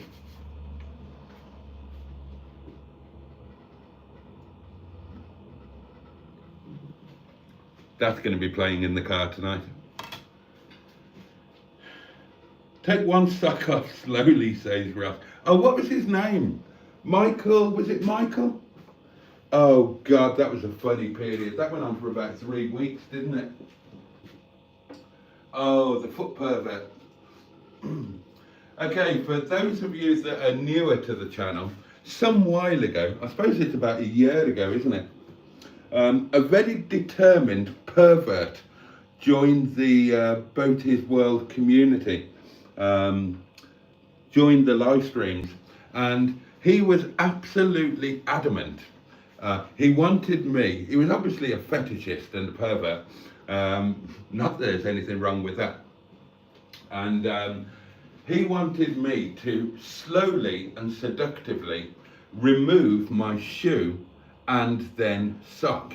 And he kept banging on about it. He was on every live stream. And he came up, bless him, he came up with any number of reasons of why he needed it. Now, if he'd have said straight out, he said, look, I'm a pervert and I want it for my wonk bunk, I'd have said, fine. But no, he needed it for a university project, he needed it for this, he needed it for that. And he was really, really determined. And this went on for 3 or 4 weeks. Please just take your shoe off and then take your sock off really slowly. Banging on. And I tried to get money out of him. I said, look, send me, send a £10 super chat and I'll do it.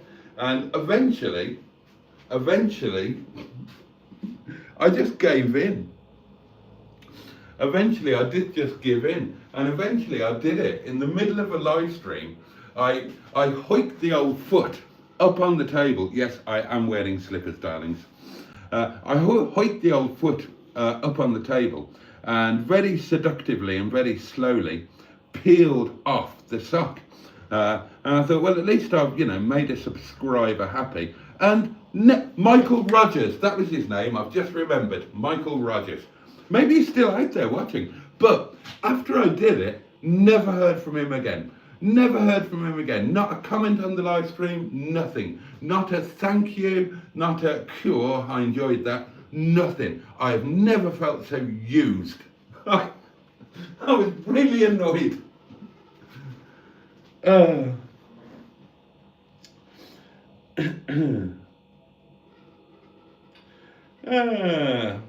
Oh, Michael Burrows. Sorry, it was Michael Burrows. Thank you, matron. Thank you, matron.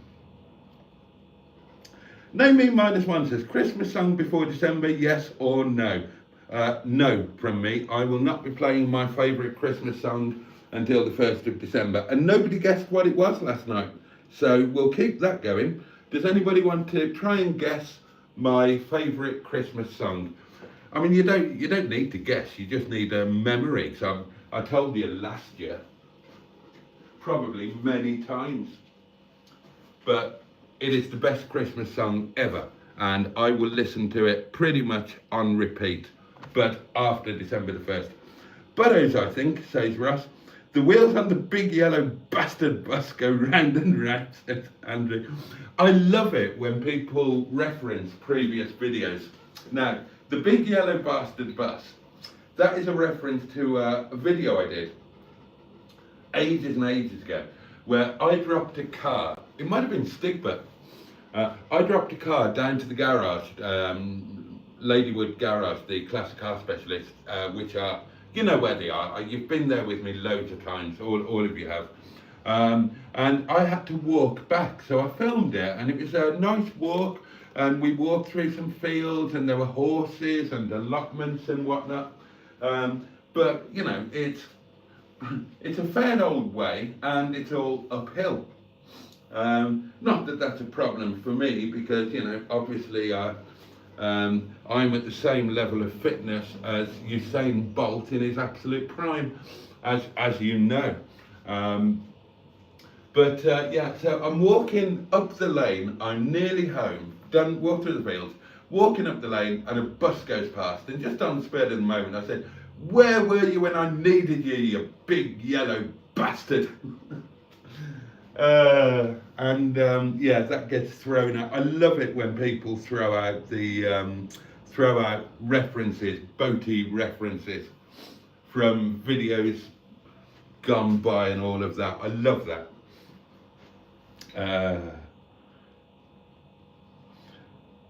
I saw your new photos on Facebook, says HW100. You seem to have led an interesting life and wealthy. Well, I think it was an interesting life. Maybe others wouldn't. Wealthy, yeah, had a few quid. Haven't got any more. What's cooking today, asks the M11. Shallot tinkle? Yes. Any horseradish? There will be. In fact, we don't want refrigerated horseradish, do we, darling? So let's sort the horseradish out now, shall us? So, Emma, garlic and mustard chicken, chipolatas sausages, roast potatoes, Yorkshire pudding, roast shallot, green beans, and horseradish, which I'm about to sort now. And again, if you like horseradish, I cannot recommend this stuff highly enough. It is absolutely sensationally good.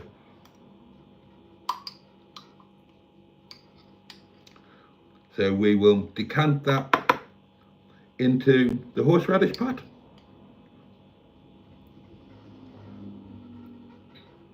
Now, I am of the opinion, and I don't know if you would agree with me or not. Oh, delicious.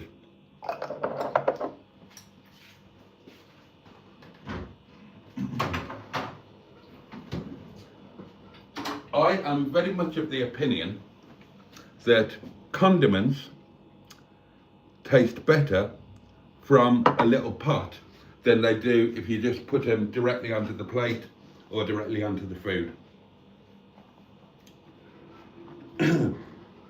Barry's having a laugh at the foot pervert. He did, Andrew, he did. He asked Boaty and Mustard to do a foot reveal during a car collection caper. Yeah, we were doing a live stream on a car collection, and he wanted us to pull into a lay-by and do a foot reveal. That was funny, says Matron, while driving. December the 1st is still too soon, says Mark the Vicar. Name me -1 is guessing Chris Rea. No. Pogues, Fairy Tale of New York, says Carol C. No. Although Fairy Tale of New York is the only Christmas song I ever sang on stage professionally.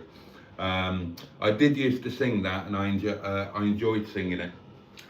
Yeah, so it's kind of got a place in my life, but that was it. The only Christmas song I ever sang professionally. It is not my favourite Christmas song. Keep guessing, one of you will get it. It's not a random one, it's a very well known one. I don't remember your Christmas song, says Tracy Cardiff, but the poem video was very funny. I'm going to do that again this year. But with different names.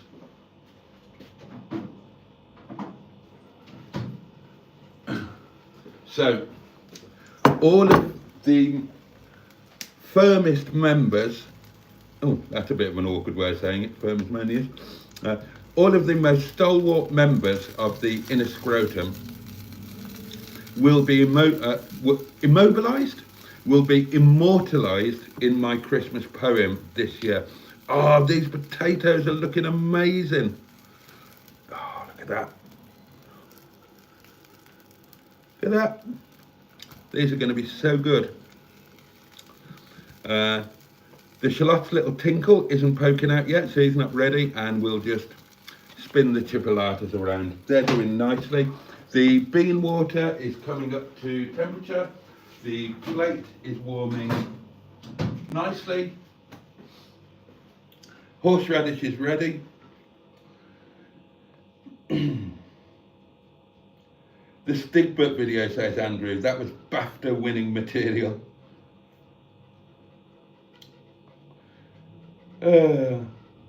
Sounds yumble, says Emma. Save me some and I'll be there at 7. Well, let yourself in. I'll leave the key under the mat. I'll be at the restaurant. Oh, John Stoodley is with us. Hey, Boaty and chat on this wet day. Oh, is it wet there as well? DL has joined us. Sunday salutations, one and all. H2W100 says the waitresses. No. Peter P says Mel and Kim have the best video. I agree, but no, that's not my favourite. Bye for now, Pete, says Matron. I've been summoned by my daughters. Catch you all tonight. You will. I'm sure I've seen Boaty before, says 69. Was he famous or something? Yeah, I was famous. Well, not famous, but I kind of was well known on 3 different things. I was first known for being an athlete, for my athletic career, and then I was known for the car dealership, and then I was known as a singer. So I've had 3 15-minute of fame things. Boaty, big in the 90s. I'll be Googling, says 69. See you later, says Tracy Cardiff. Everybody's saying goodbye to Matron. Mariah Carey, all I want for Christmas is you. No, I can't stand that. That is definitely not my favourite. I can't believe nobody's got it yet. I would have thought it would be everybody's favourite. I kind of thought it would be everybody's favourite. It's such an amazing song. I love it. Now, that song first crossed my radar. I would have been really quite young, and I can't remember what the show was called, but it was hosted by that really sexy woman with the dark wavy hair. What was her name? It was some kind of a show, and it was hosted by 2 people, that a boy and a girl, or a man and a woman, and they won a competition to host it. and I can't remember what it was called. Jonathan King, who has since been disgraced, was kind of part of it.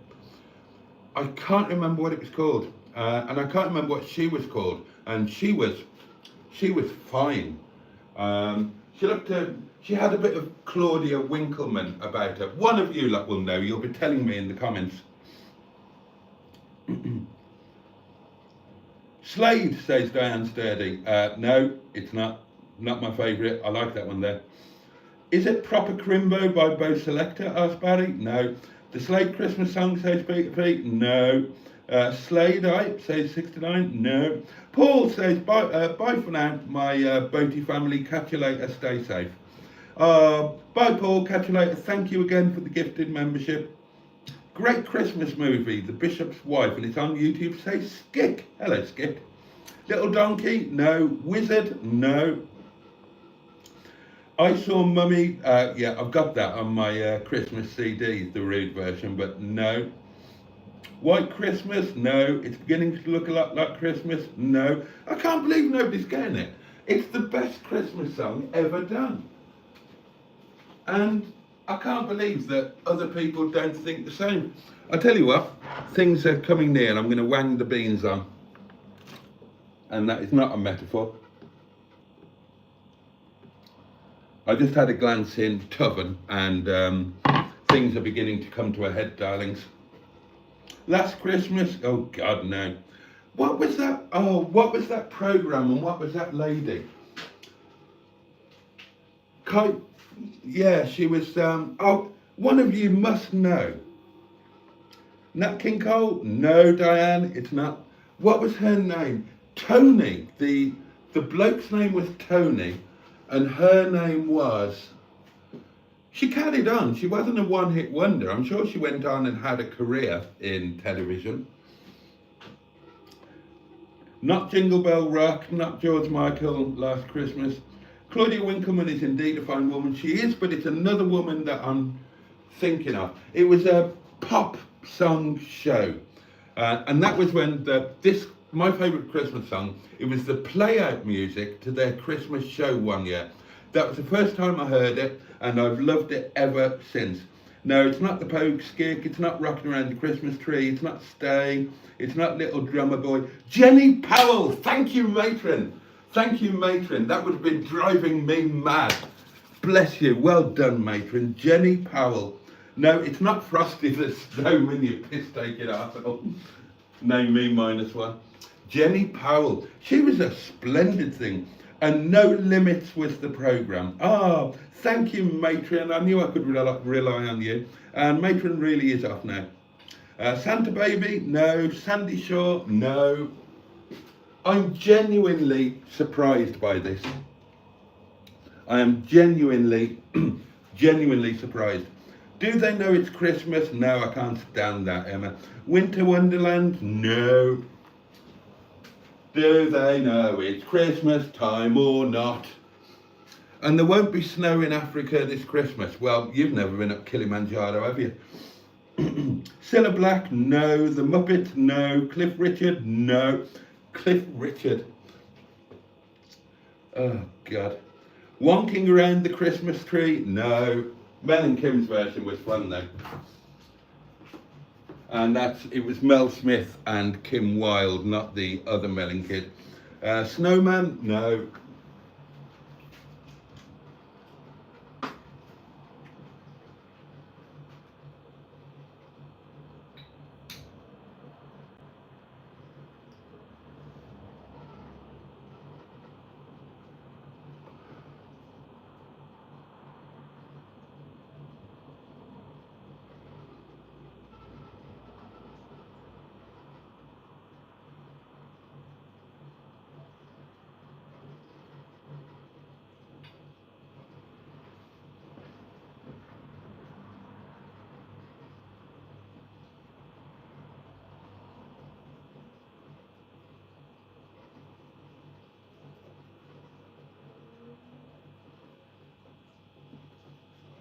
Well, the rain has lessened.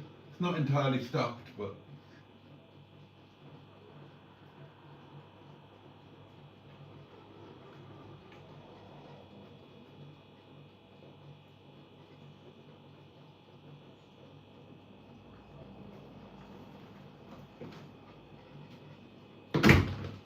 Can't believe you're not getting this song.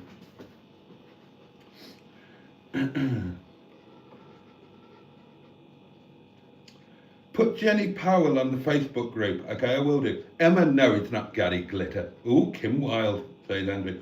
Baby, it's cold outside? No. For once, I'm glad I don't know something, says 69. Step into Christmas? No.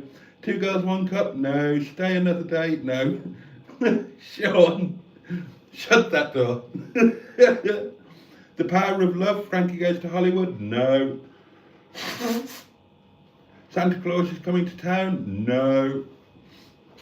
How are you not getting this? It's the best Christmas song ever.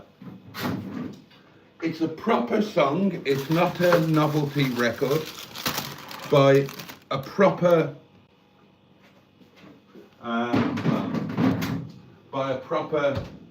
artist or group. I don't want to give you too many clues. You should be ashamed of yourselves for not getting this. You really should. Right, we're nearly there, darlings. We are very nearly there. A final turn on the spuds. Oh, God. How good does that look? Oh. A little roll of the chipolatas.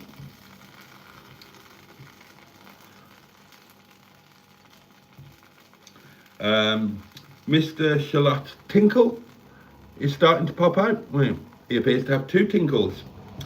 Lucky Mrs. Shallot. A choice of tinkles. And we'll just shove the old, we'll chuck a couple of little Yorkshire puddings in there. And that really is everything in the oven then. The beans are beginning to bean. And then there'll be has-beens.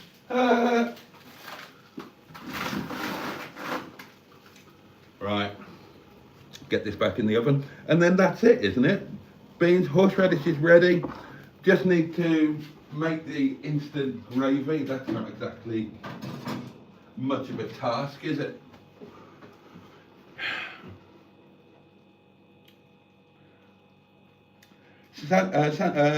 Stop the cavalry? No. Let it snow? No. Little drummer boy? No. Blue Christmas? No. Rudolph the Red-Nosed Reindeer? No. You'll always find me in the kitchen at parties? No. Ruppa-pum-pum? Ruppa-pum-pum? No. Peace on earth? No.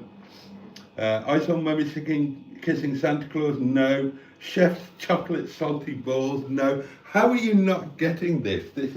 Are you doing it on purpose? What do you reckon, Boaty? Are you in for a lot of snow up your way? Happens every winter, and it's been promised for Monday night here. So Monday night might be, well, we'll be doing a live stream, won't we? So if it does go, I'll tell you what I might do. Right, we were talking about the 24/7 live stream in the guest cupboard window. I'll do it on Monday night.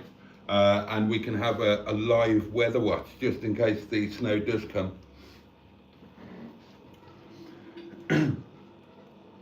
Dinner is late, I'm hungry, says Carol C. My dinner is always late.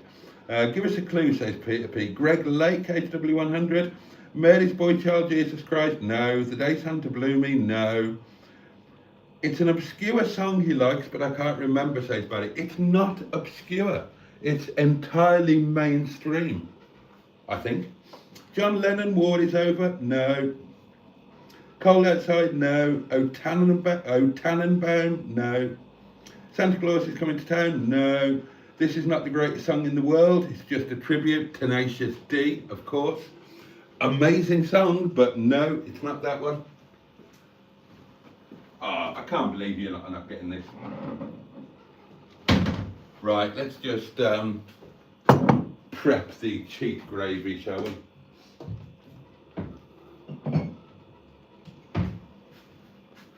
Don't judge me, I make amazing gravy. Just not when it's a work day and I'm only cooking for myself. If you lot were round, I would be making my own gravy and my own Yorkshire puddings. But you're not, so I'm not. Judge me all you want. I'm not proud, but neither am I ashamed.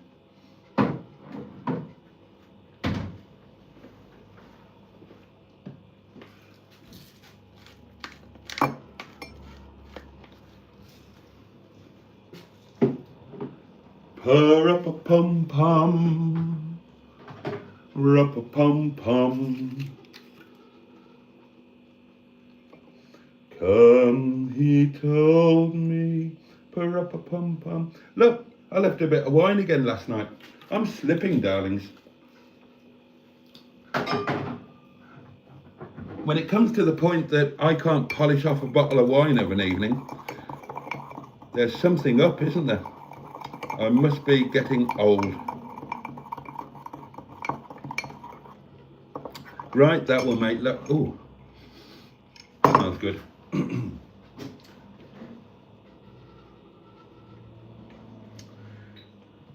Feed the world? No. Come on, tell us, says HW100. No, I'm not going to tell you. I'm going to keep this going because you should know.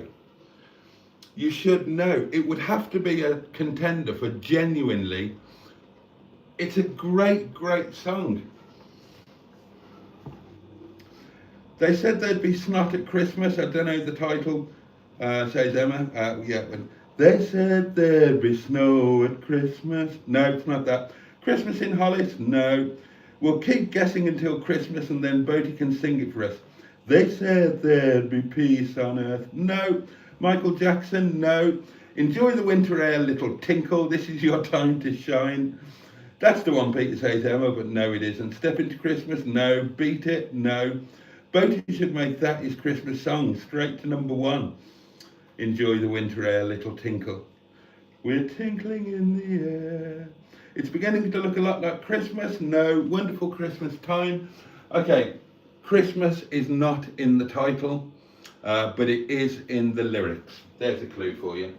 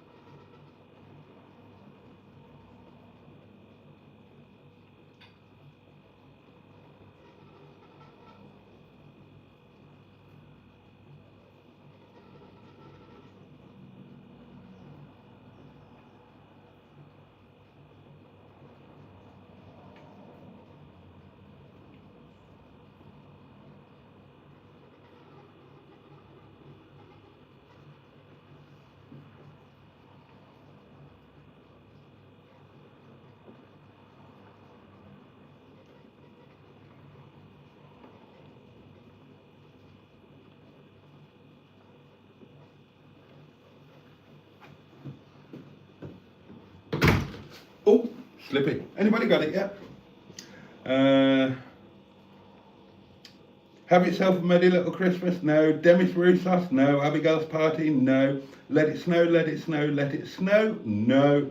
Nana Muscuri? No. Nuts in May? No. Walking in a winter wonderland? No. It's the most wonderful time of the year. No, not that one. Walking in a winter wonderland? No. You've got a lovely bunch of coconuts. Thank you, Andrew. I appreciate that. No. Jesus, how many of us were here last Christmas? I was, but my memory is like a server. Thank God it's not Christmas by Sparks. No. And he meant sieve, not server. That's a bit of autocorrect there. Right. Boil the kettle for the gravy. Sort myself another little drink out. Baby, it's cold outside. No. And I'm just talking of tinkles. I'm going to go and have a little one before Frosty the Snowman. No. Is it a group? Asks Carol C. Yes.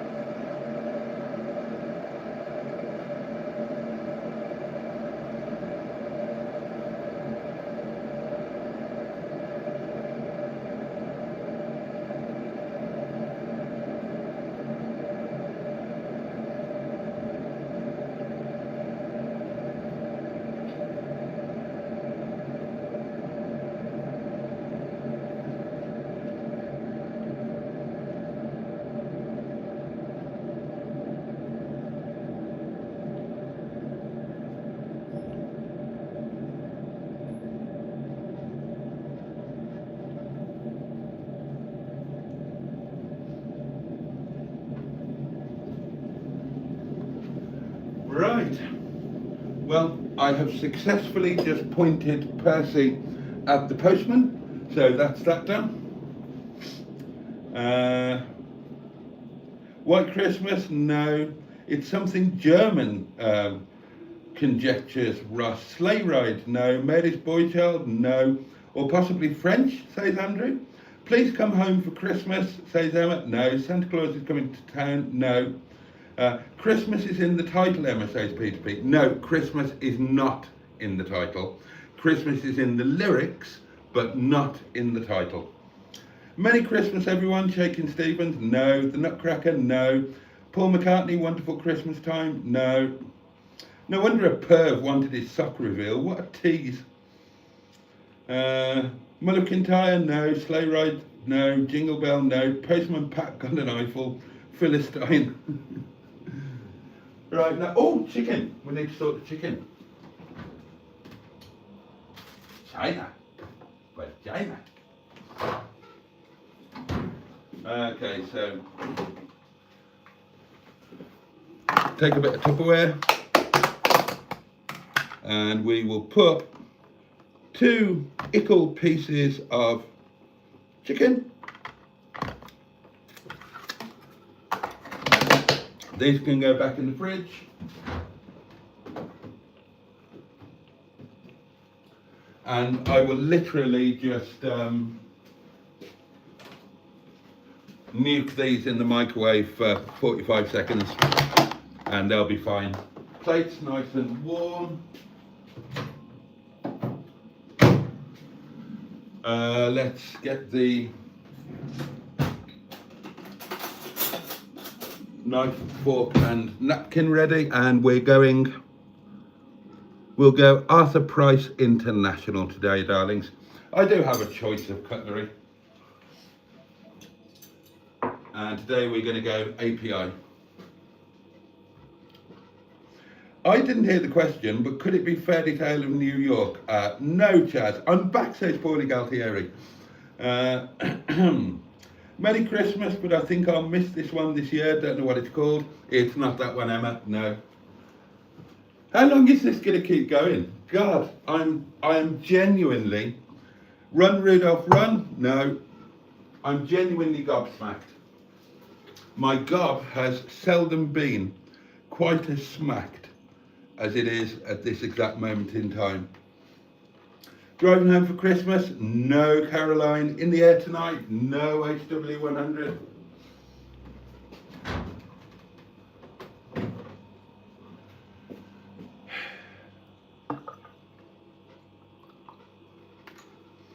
It's Shaking Stevens, isn't it? It really isn't. Little Saint Nick? No. It's going to be such an anticlimax when somebody gets it, because you're all just going to go, oh.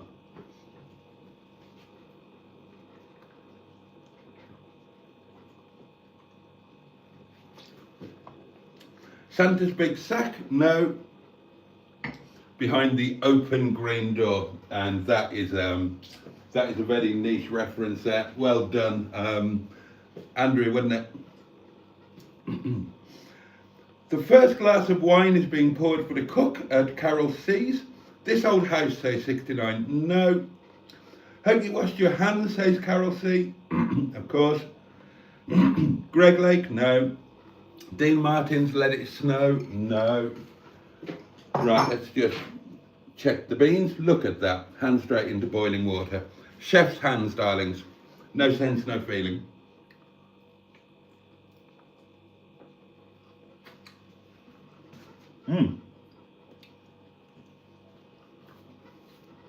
Another minute. Another clue, please, says Emma. You shouldn't need a clue. Male or female vocalist? Female, and I would. In fact, I would have loved to.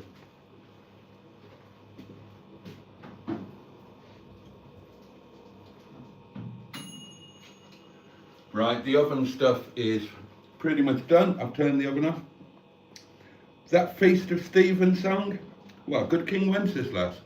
Good King Wenceslas looked out on the Feast of Stephen, When the snow lay round about, deep and crisp and even, brightly shone the moon that night, though the frost was cruel. When a poor man came in sight, gathering winter fuel. No, it's not that one anyway. Oh, dinner's only 52 minutes late. Judy Collins, no. Blondie, well, that's not a song, that's a group. I wasn't here last Christmas, says Carol C, and at this rate, I won't be here this Christmas. She's Atomic, no. Has that got Christmas in the lyrics? Right, let's call this. There we go.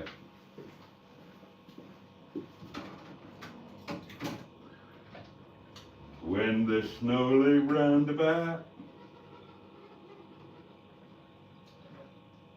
with Blot stealth camping on it.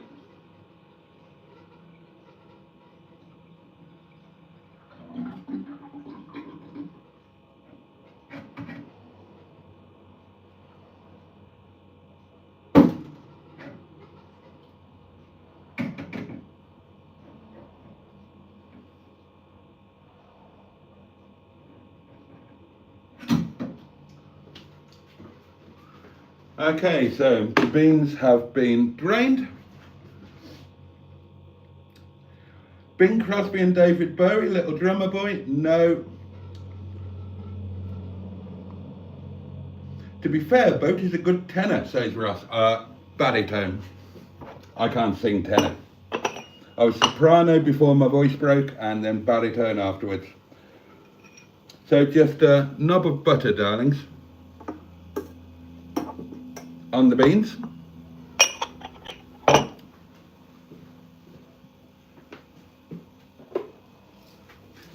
Freshly cracked black pepper, and plenty of it, and then just choppity chop chop.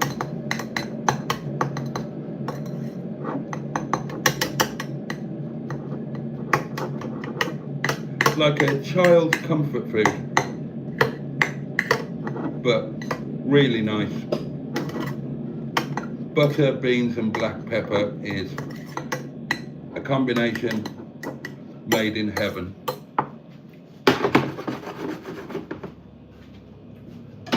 Okay, right. Chicken. Make the gravy.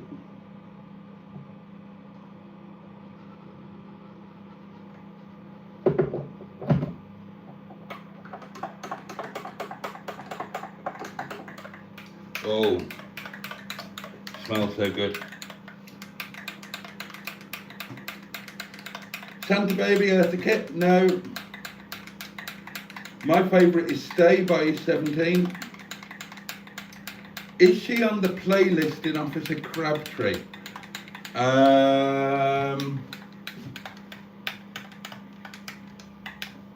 Yes. Yeah. And my favourite Christmas song is on, yeah, it's on the playlist in Officer Crabtree.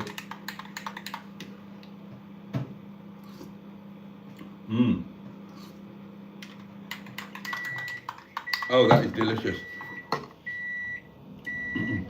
Fleetwood Mac, says Carol C. No. The Carpenters, no. Well, we've exhausted all the Boaty's taste female vocalists for Christmas songs, haven't a clue now. Is it something by Pepsi, asked Peter P? No. Feliz Navidad, says Barry? No. Did Alana sing it? No. Oh, fantastic. Looking forward to this now. Right, we've got the warmed plate.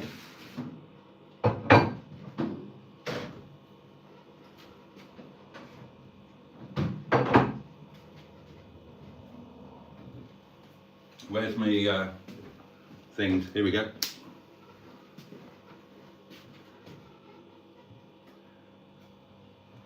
Tinkle out, Mr. Shallot.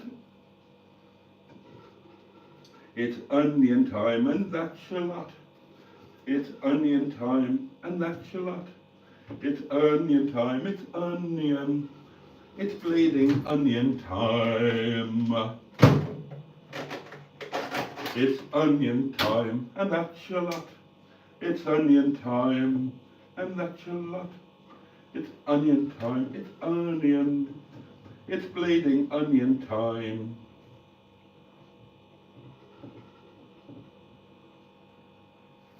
Fantastic. Here we go. Right then, darlings, so you can't really see, but there we go. And then we just need to add the beans. Oh, my presentation has gone wrong.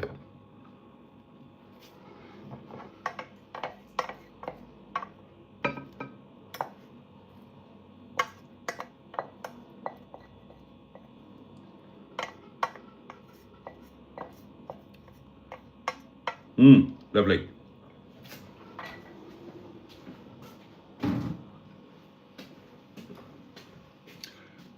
Pop the horseradish on there. Can you actually see it?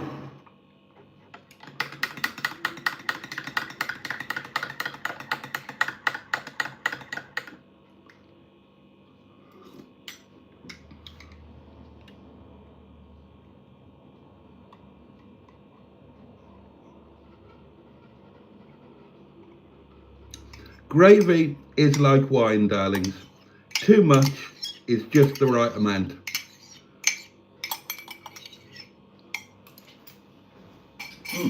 Delicious.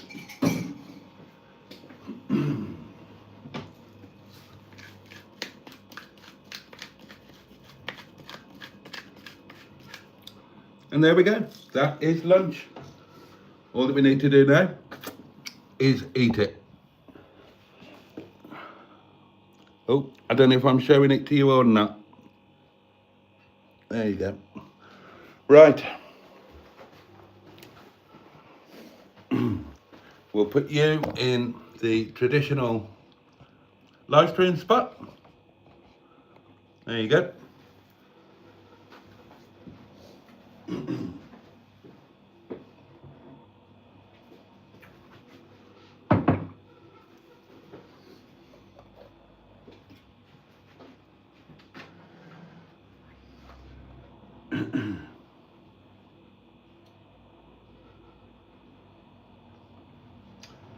Gaudette, Steel Eye Span, no. Sleigh Ride, the Ronettes, no. ELO, no.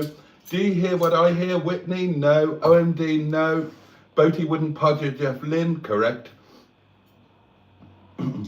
Christmas wrapping, the waitresses, no. It's obscure, I'm sure it is. I don't think it is obscure. Do you see what I see? No. If Santa had 12 buttocks, no. Don't Cry for Me, Next Door Neighbour, no. Boaty likes a good earthy kit. You Jus de Viande.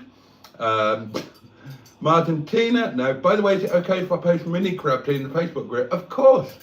Of course. Looks bloody good, Boaty, says Paulie Galtieri. Oh, holy undergarments, no. Just like the thumbnail, how did that happen?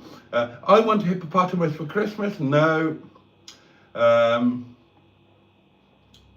Can we hack off as a crab tree? Right, still, nobody's got it. Right, here we go, darlings. Here we go. Where should we go first? Let's go for a bit of the old chicken with a bit of horseradish and a bit of beans.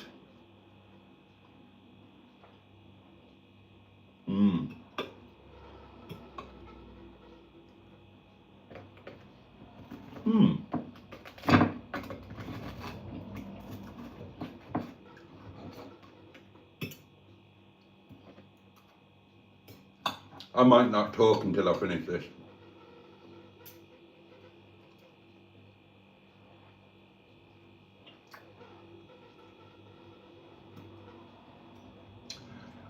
Something by Kylie? No. Very nice. I'm hungry, says Carol C. Have to get some nuts to go with my wine. Ooh.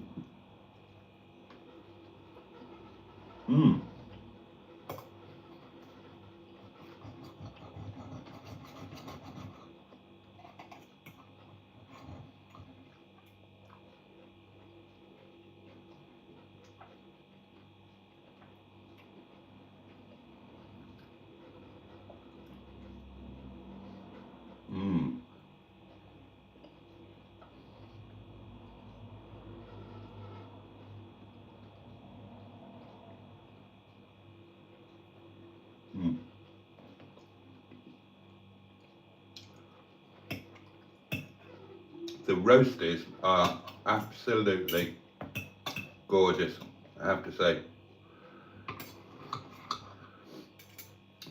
Let's try Mr. Shallot's little tinkle.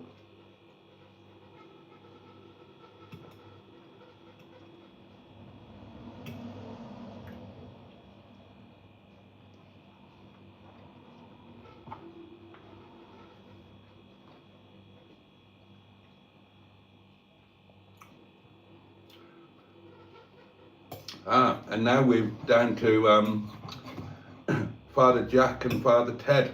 Apparently they passed away on the same day, but different, yeah.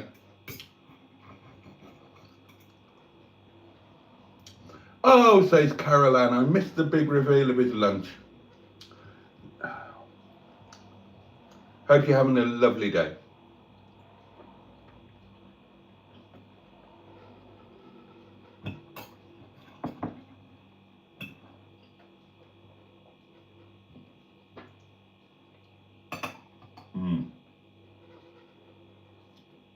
This really is good, my lovelies.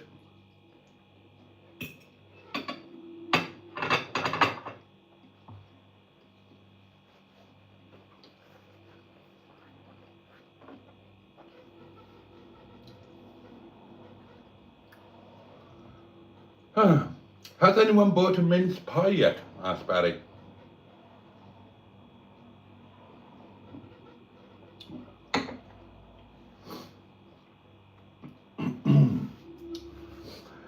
And still, nobody has correctly guessed the song. Oh well. I mean, you've got all the clues you need. And I genuinely don't think it's anything obscure. Maybe it is. Maybe it's just me who thinks it isn't.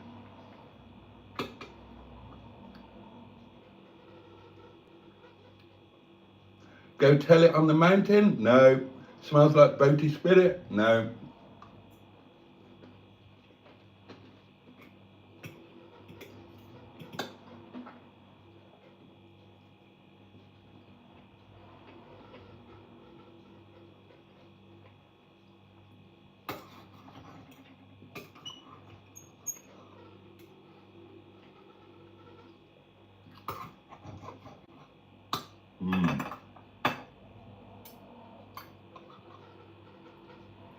Oh.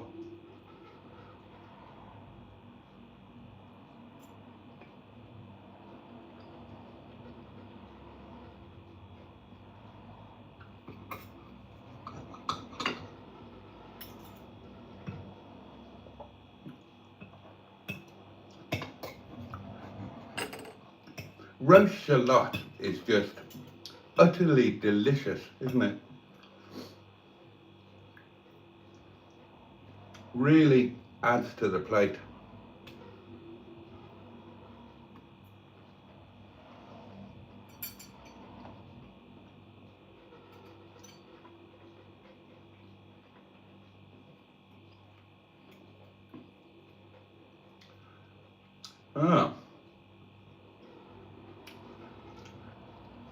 Somebody's close, but not quite right.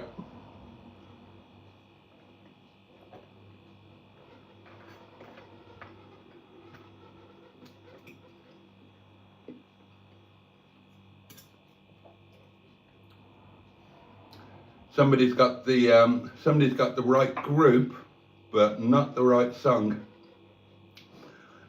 Carol Ann makes her own mince pies all year round, and people are of the opinion that homemade mince pies are the finest mince pies. Gosh, I love Christmas, says Emma. Really in the mood now. Looking at Boaty, it has to be pre-50s. Cheeky so-and-so.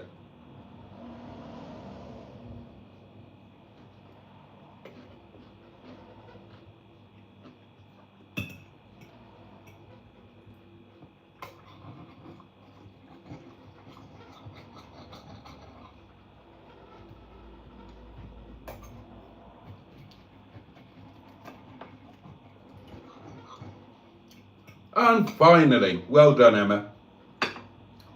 Finally, somebody got it.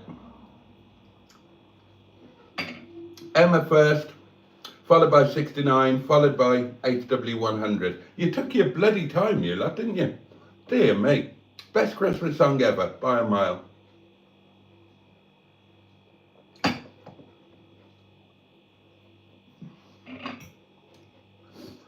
love the idea that people are saying brass in pocket and back on the chain gang, because, yeah, they're all about Christmas, aren't they?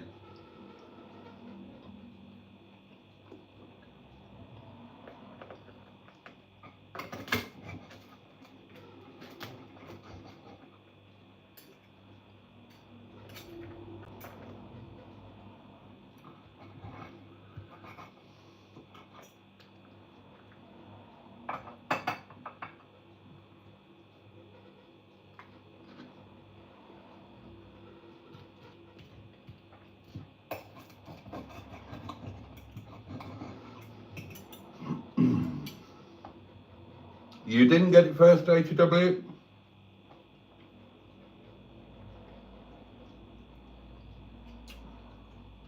My screen says I was first, says Emma, and my screen says the same. Well done, M11. You win a meticulously planned breakfast.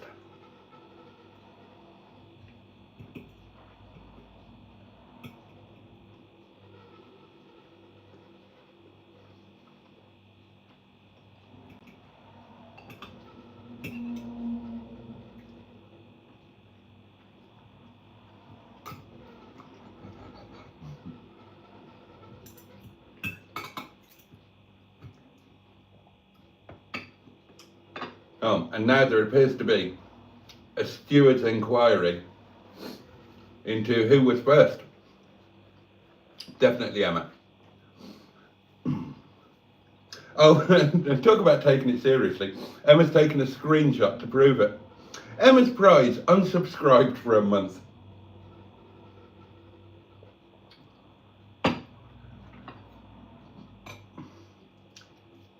I have to tell you, darlings, this is most enjoyable.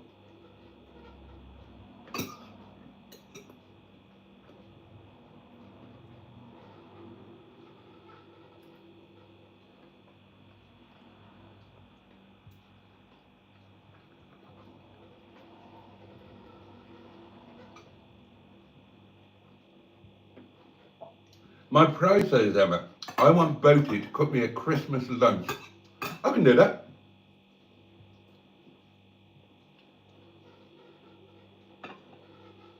Oh, okay, a breakfast will do. I can do a lunch. I can do a Christmas lunch. Oh, HW is claiming credit. See, if they hadn't said the Pretenders, we'd still be guessing. Oh, a Christmas quiz live stream. Well, what do you want the quiz to be about?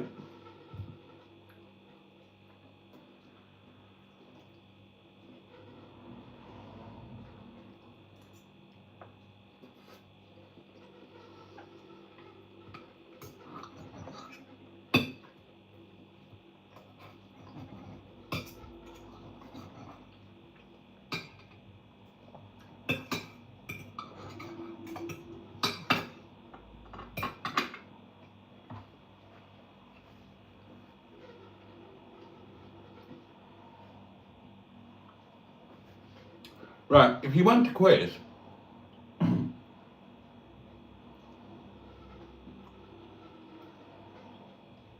I wrote 250 quiz questions for the world's hardest quiz. You're allowed to Google, you're allowed to use the internet, you're allowed to form teams so you can help each other work them out. Now, if you wanted those, I've still got them all. I can put them all in the Facebook group for you. But I warn you, they are very cryptic and they take a bit of working out.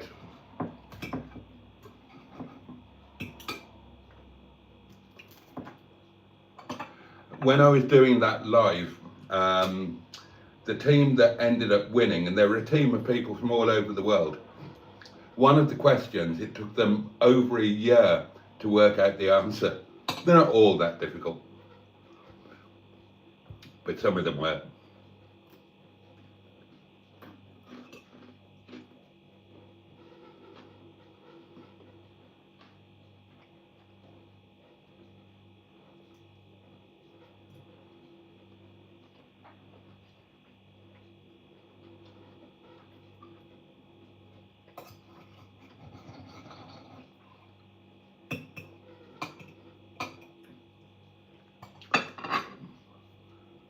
Right, people are talking about coming over.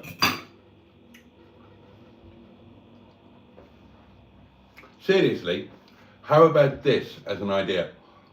Assuming that the Airbnb gets handed over at least before Christmas, then what about if we have a Christmas weekend at the Airbnb? Now, it won't be finished or ready, but if you don't mind making do a bit, we could have a meet up there. I'll make sure you've got somewhere to sleep, and I'll make sure it's warm and dry. It just won't it won't have everything in place yet. But what do you reckon? Would anybody be up for that?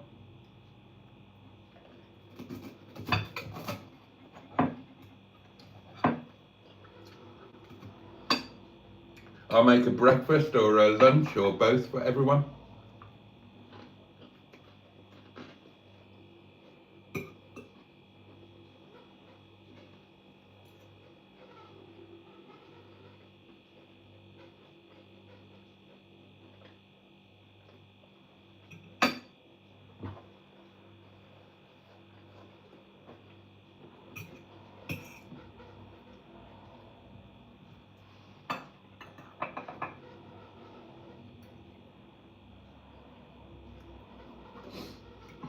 I can bring my own accommodation, says Caroline, if there's room to park. There is indeed. Oh, this is so good, honestly. Mmm.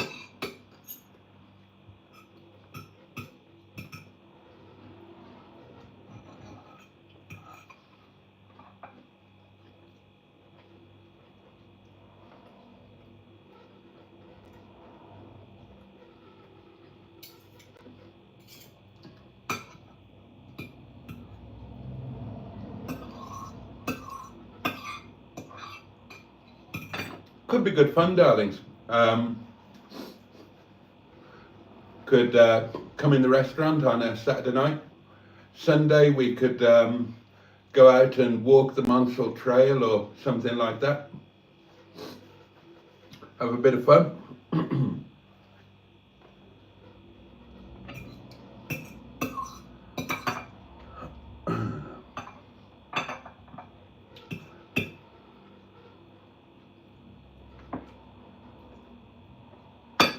Mmm.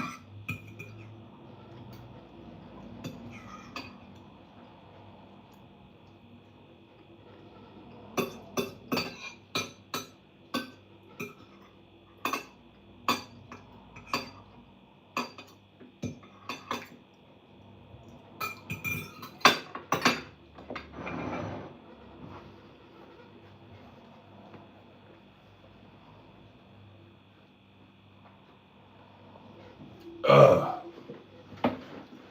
Oh dear me. That was absolutely delicious. Scoffed the lot, darlings. But I have been good this week, haven't I? I've only been having tiny little lunches. I've probably lost about, I haven't checked, but I think I've lost about 3 stone since Wednesday. Oh, oh, that was delicious. Now, I'm just going to take this to the sink, and I'm definitely not going to lick the plate. All right? Definitely not. 100% not.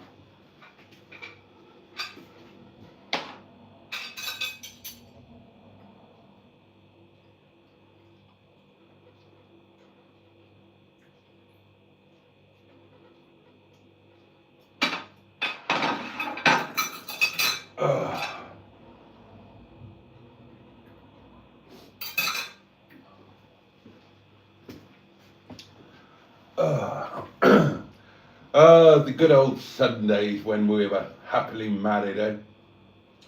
Sunday lunch, a bottle of wine, back to bed after lunch. Marvellous. How times change. I've just got to go to work. Now for a Sunday afternoon snooze. Exactly.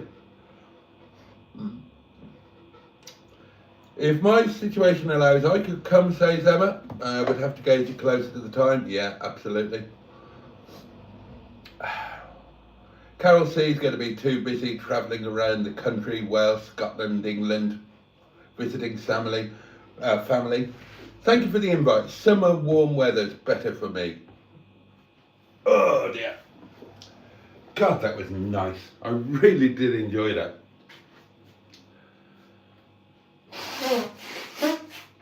Oh, excuse me. Blowing my nose at you on a live stream. Oh, what time is it? God, 3:15.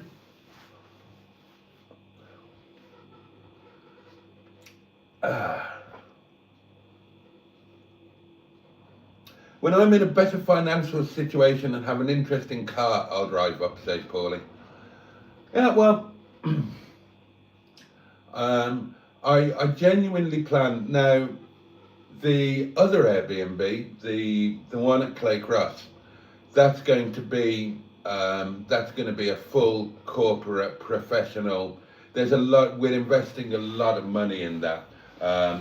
That's not including the cost of purchasing the actual building. It's going to cost about somewhere around £300,000 to bring that to a starting point. So that's going to have to be done, very professionally, very corporate, and that's going to have to be a money-making machine. But the Airbnb at Ripley, that's going to be a personal project, and that's going to be a lot more individual and quirky. And I do genuinely intend to make it a community base. And I plan to have probably, maybe monthly, something happening on a monthly basis. Not that I would be expecting everybody to come to all of them. Of course, that wouldn't happen. But when you try and organise these things, there will always be somebody. Oh, I can't do this day. I can't do that day, and you will never get a day that suits everybody. You'll never get an activity that suits everybody. So if you do it on a monthly basis, then people can come to whichever one takes their fancy in terms of the activity, or whichever one they're able to come to in terms of their availability.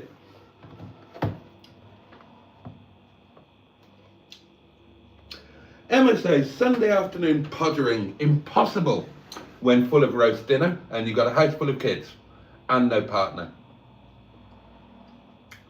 Well, what we used to do back in the day, we would go back to bed and probably put a film on and probably fall asleep a bit. And when you kind of digested the meal after an hour or so, then there would be a bit of spousal togetherness. That was with a house full of kids. They just knew the rules. You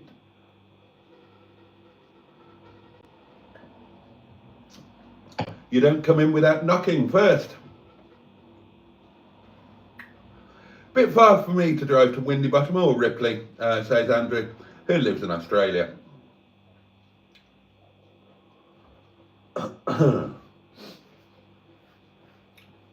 But yeah, I will organise some community stuff, and if nobody turns up, nobody turns up.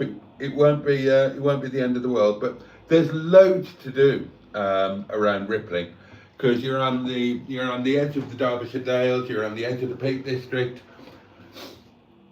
You've got Matlock and Matlock Bath a couple of miles down the road. Oh, there's all sorts, darlings. A bit of how's your father, says Carol C. How's your father? Oh, a bit of How's Your Father.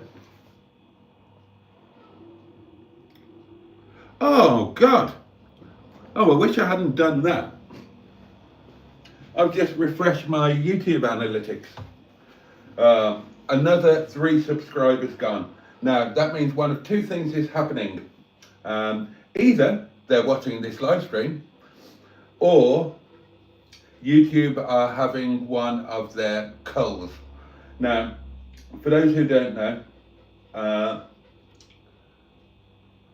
every so often YouTube will have a cull. They will go through your subscribers, and they will remove anybody that they think is a bot or an inactive account, or where the account has been closed. And if you do vertical lives,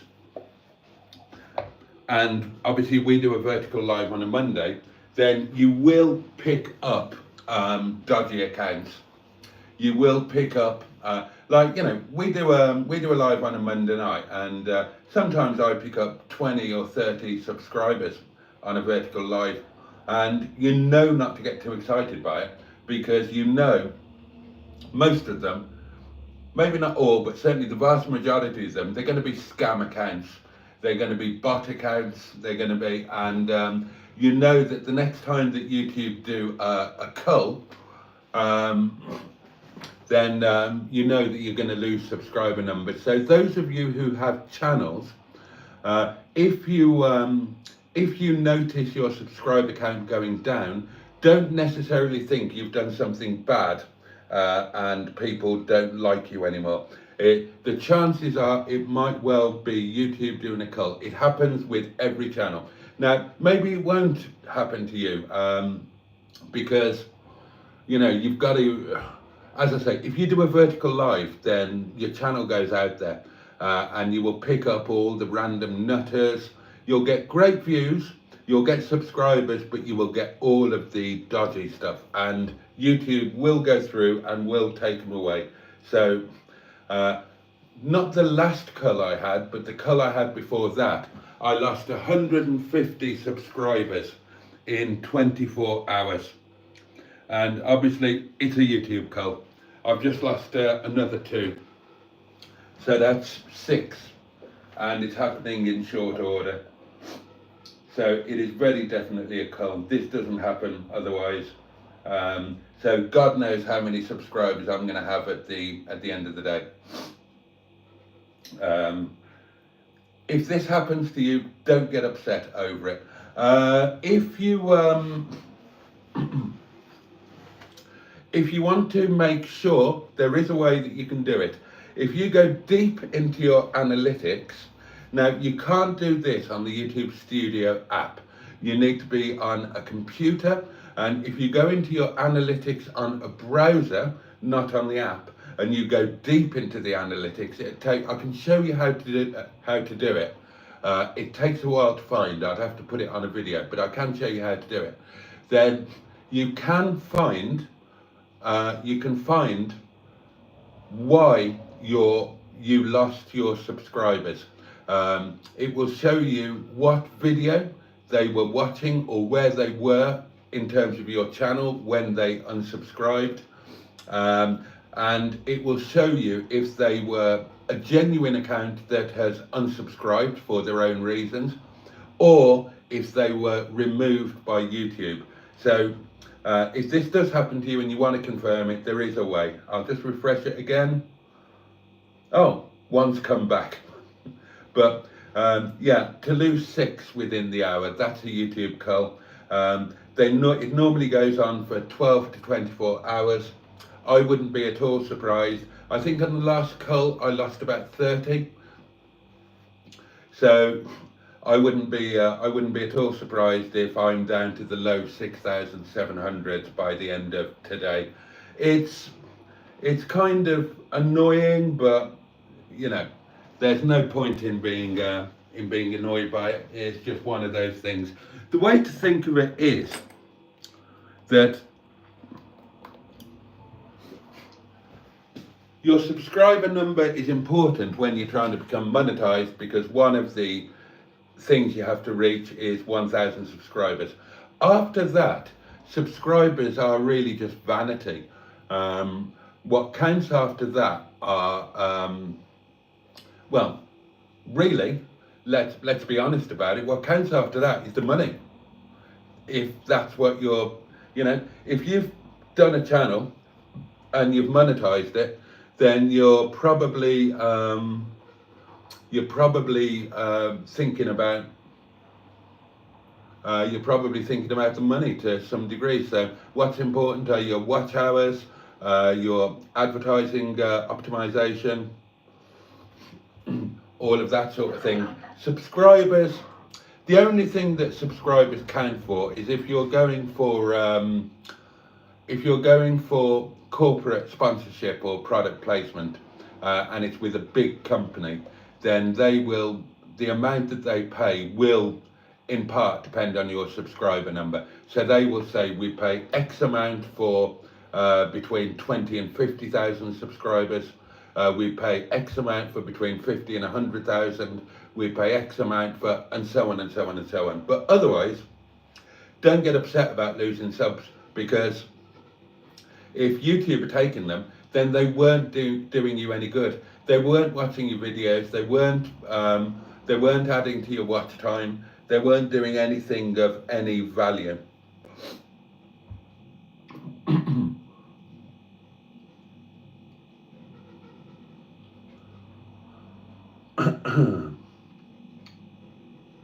I've been losing and then gaining 2 or 3 subscribers every day, says Emma. You probably pick up a load of spam accounts as well, because you do the live verticals with me. So think of it this way: you're probably losing spam accounts but gaining real accounts.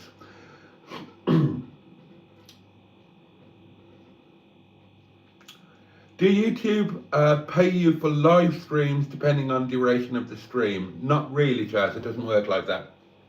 I don't get paid for doing live streams at all, because this live stream right now, it's not monetized. I monetize them when they're finished, but I don't monetize them when I do them live. I don't want you guys to have to sit through adverts. The live streams are not about making money. They're about being there for the community, being there for each other, so on and so on. I don't monetize them. And that's the reason why I don't do them vertically as well. They would do much better for me, the channel, vertically, because I would get a load more views, a load more watch hours, a load more subscribers. But I don't do it. I do them horizontally this way, exactly so we don't get all of the other people, and we can just have a closely knit, tight, safe community dynamic. But even if they were monetized, then it's not about the length. You don't get paid by YouTube, and you don't get paid by anybody for the length of your videos.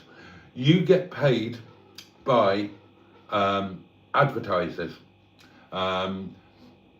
Basically, companies pay to advertise on your videos.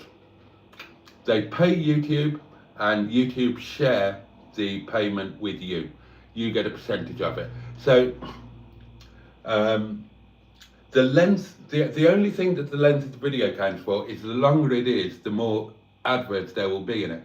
But you don't get paid for the video, you get paid for people watching the adverts. That's why I always say to you, when the adverts come on, leave your knob alone. Because if you skip the adverts, then that's it, finished. I get nout. If you watch the adverts, then I get some revenue. The exception to that is if you use YouTube Premium, so that you have an advert-free experience, you pay for that, and anybody that you watch on your YouTube Premium, they get a share of the YouTube Premium payment. But you don't get paid for your video per se, you get paid for the adverts. So if you want to support a channel, whether it's mine or anybody else's, and you don't want to put your hand in your pocket, when those adverts come on, don't skip them. Let them run. And if you get a mad 15-minute one come on, then do the content creator a real favor, Put your device on one side, leave it running, go and do the washing up, go to the loo, have a shower, whatever. Let that 15-minute advert run. You will be massively supporting that channel and it won't cost you anything.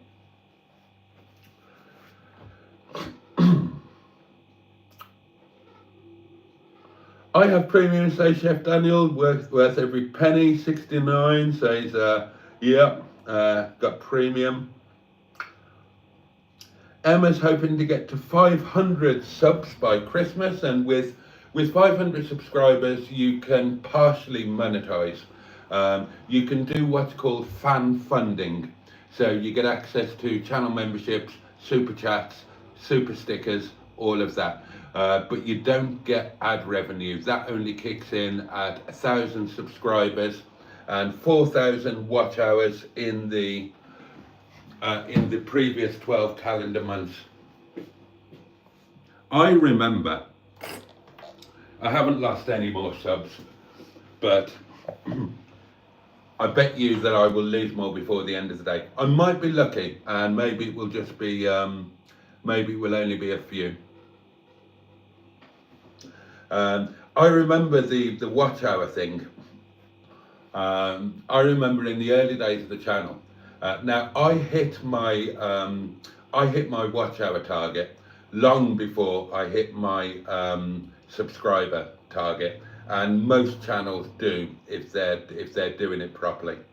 If you hit 1,000 subscribers before you've hit 4,000 watch hours, then you're doing something wrong.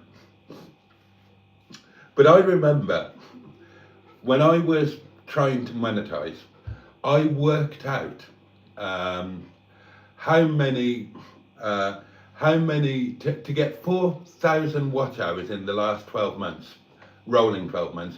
I worked out how many that was per 28 days, and I monitored my analytics so carefully, and it felt like forever. I monetized in about 2 or 3 months, I think it was. But I remember looking at my watch hours and thinking, I'm never going to get to this figure that meant it would be 4,000 in the 12 months. And then that feeling of elation when I actually hit that on a 28-day cycle and thought, right, I am going to do this at some point. And then suddenly, before you know it, your watch hours just run away with you. So there you go. I'm just looking at mine now. So you need to get 4,000 in. You need to get 4,000 in the 12 months. In the last 28 days, my watch hours are 6,800. So basically, that means if I was starting from scratch at this point, then in terms of watch hours, I could monetize in under 2 weeks. It's amazing how it's a bit like, you know, you just start rolling along and your ball just gets bigger and bigger and bigger.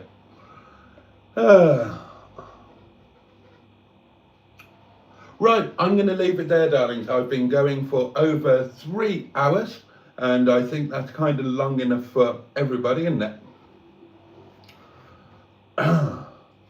43 of you still watching. I've really enjoyed this. Thank you so much, and a massive thank you for all of the channel memberships that were gifted.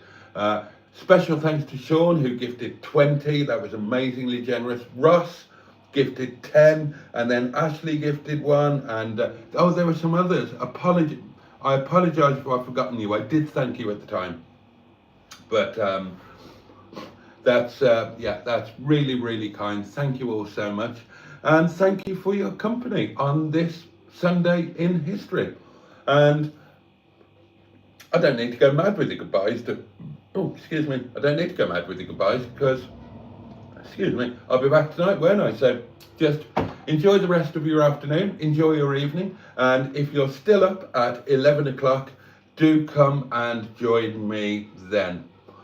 If anybody's interested, Carol Ann has got a little elf costume. There you are. I'm sure that you will do it by Christmas, Emma, especially if you do the Vlogmas thing and a weekly live stream. Catch you all later, says Paulie. Paul Birch gifted one. I knew I'd missed one. Thank you, Paul. Thanks, Emma. So, yeah, enjoy the rest of your afternoon. Enjoy your evening. Thank you for joining me. Lunch. Well, I hope that your lunch or evening meal or whatever you're going to eat, whenever you're going to eat it, I hope it was as good as mine, because mine was absolutely delumptious. God, it was nice. What am I doing now? Well, I've got to go to work, haven't I?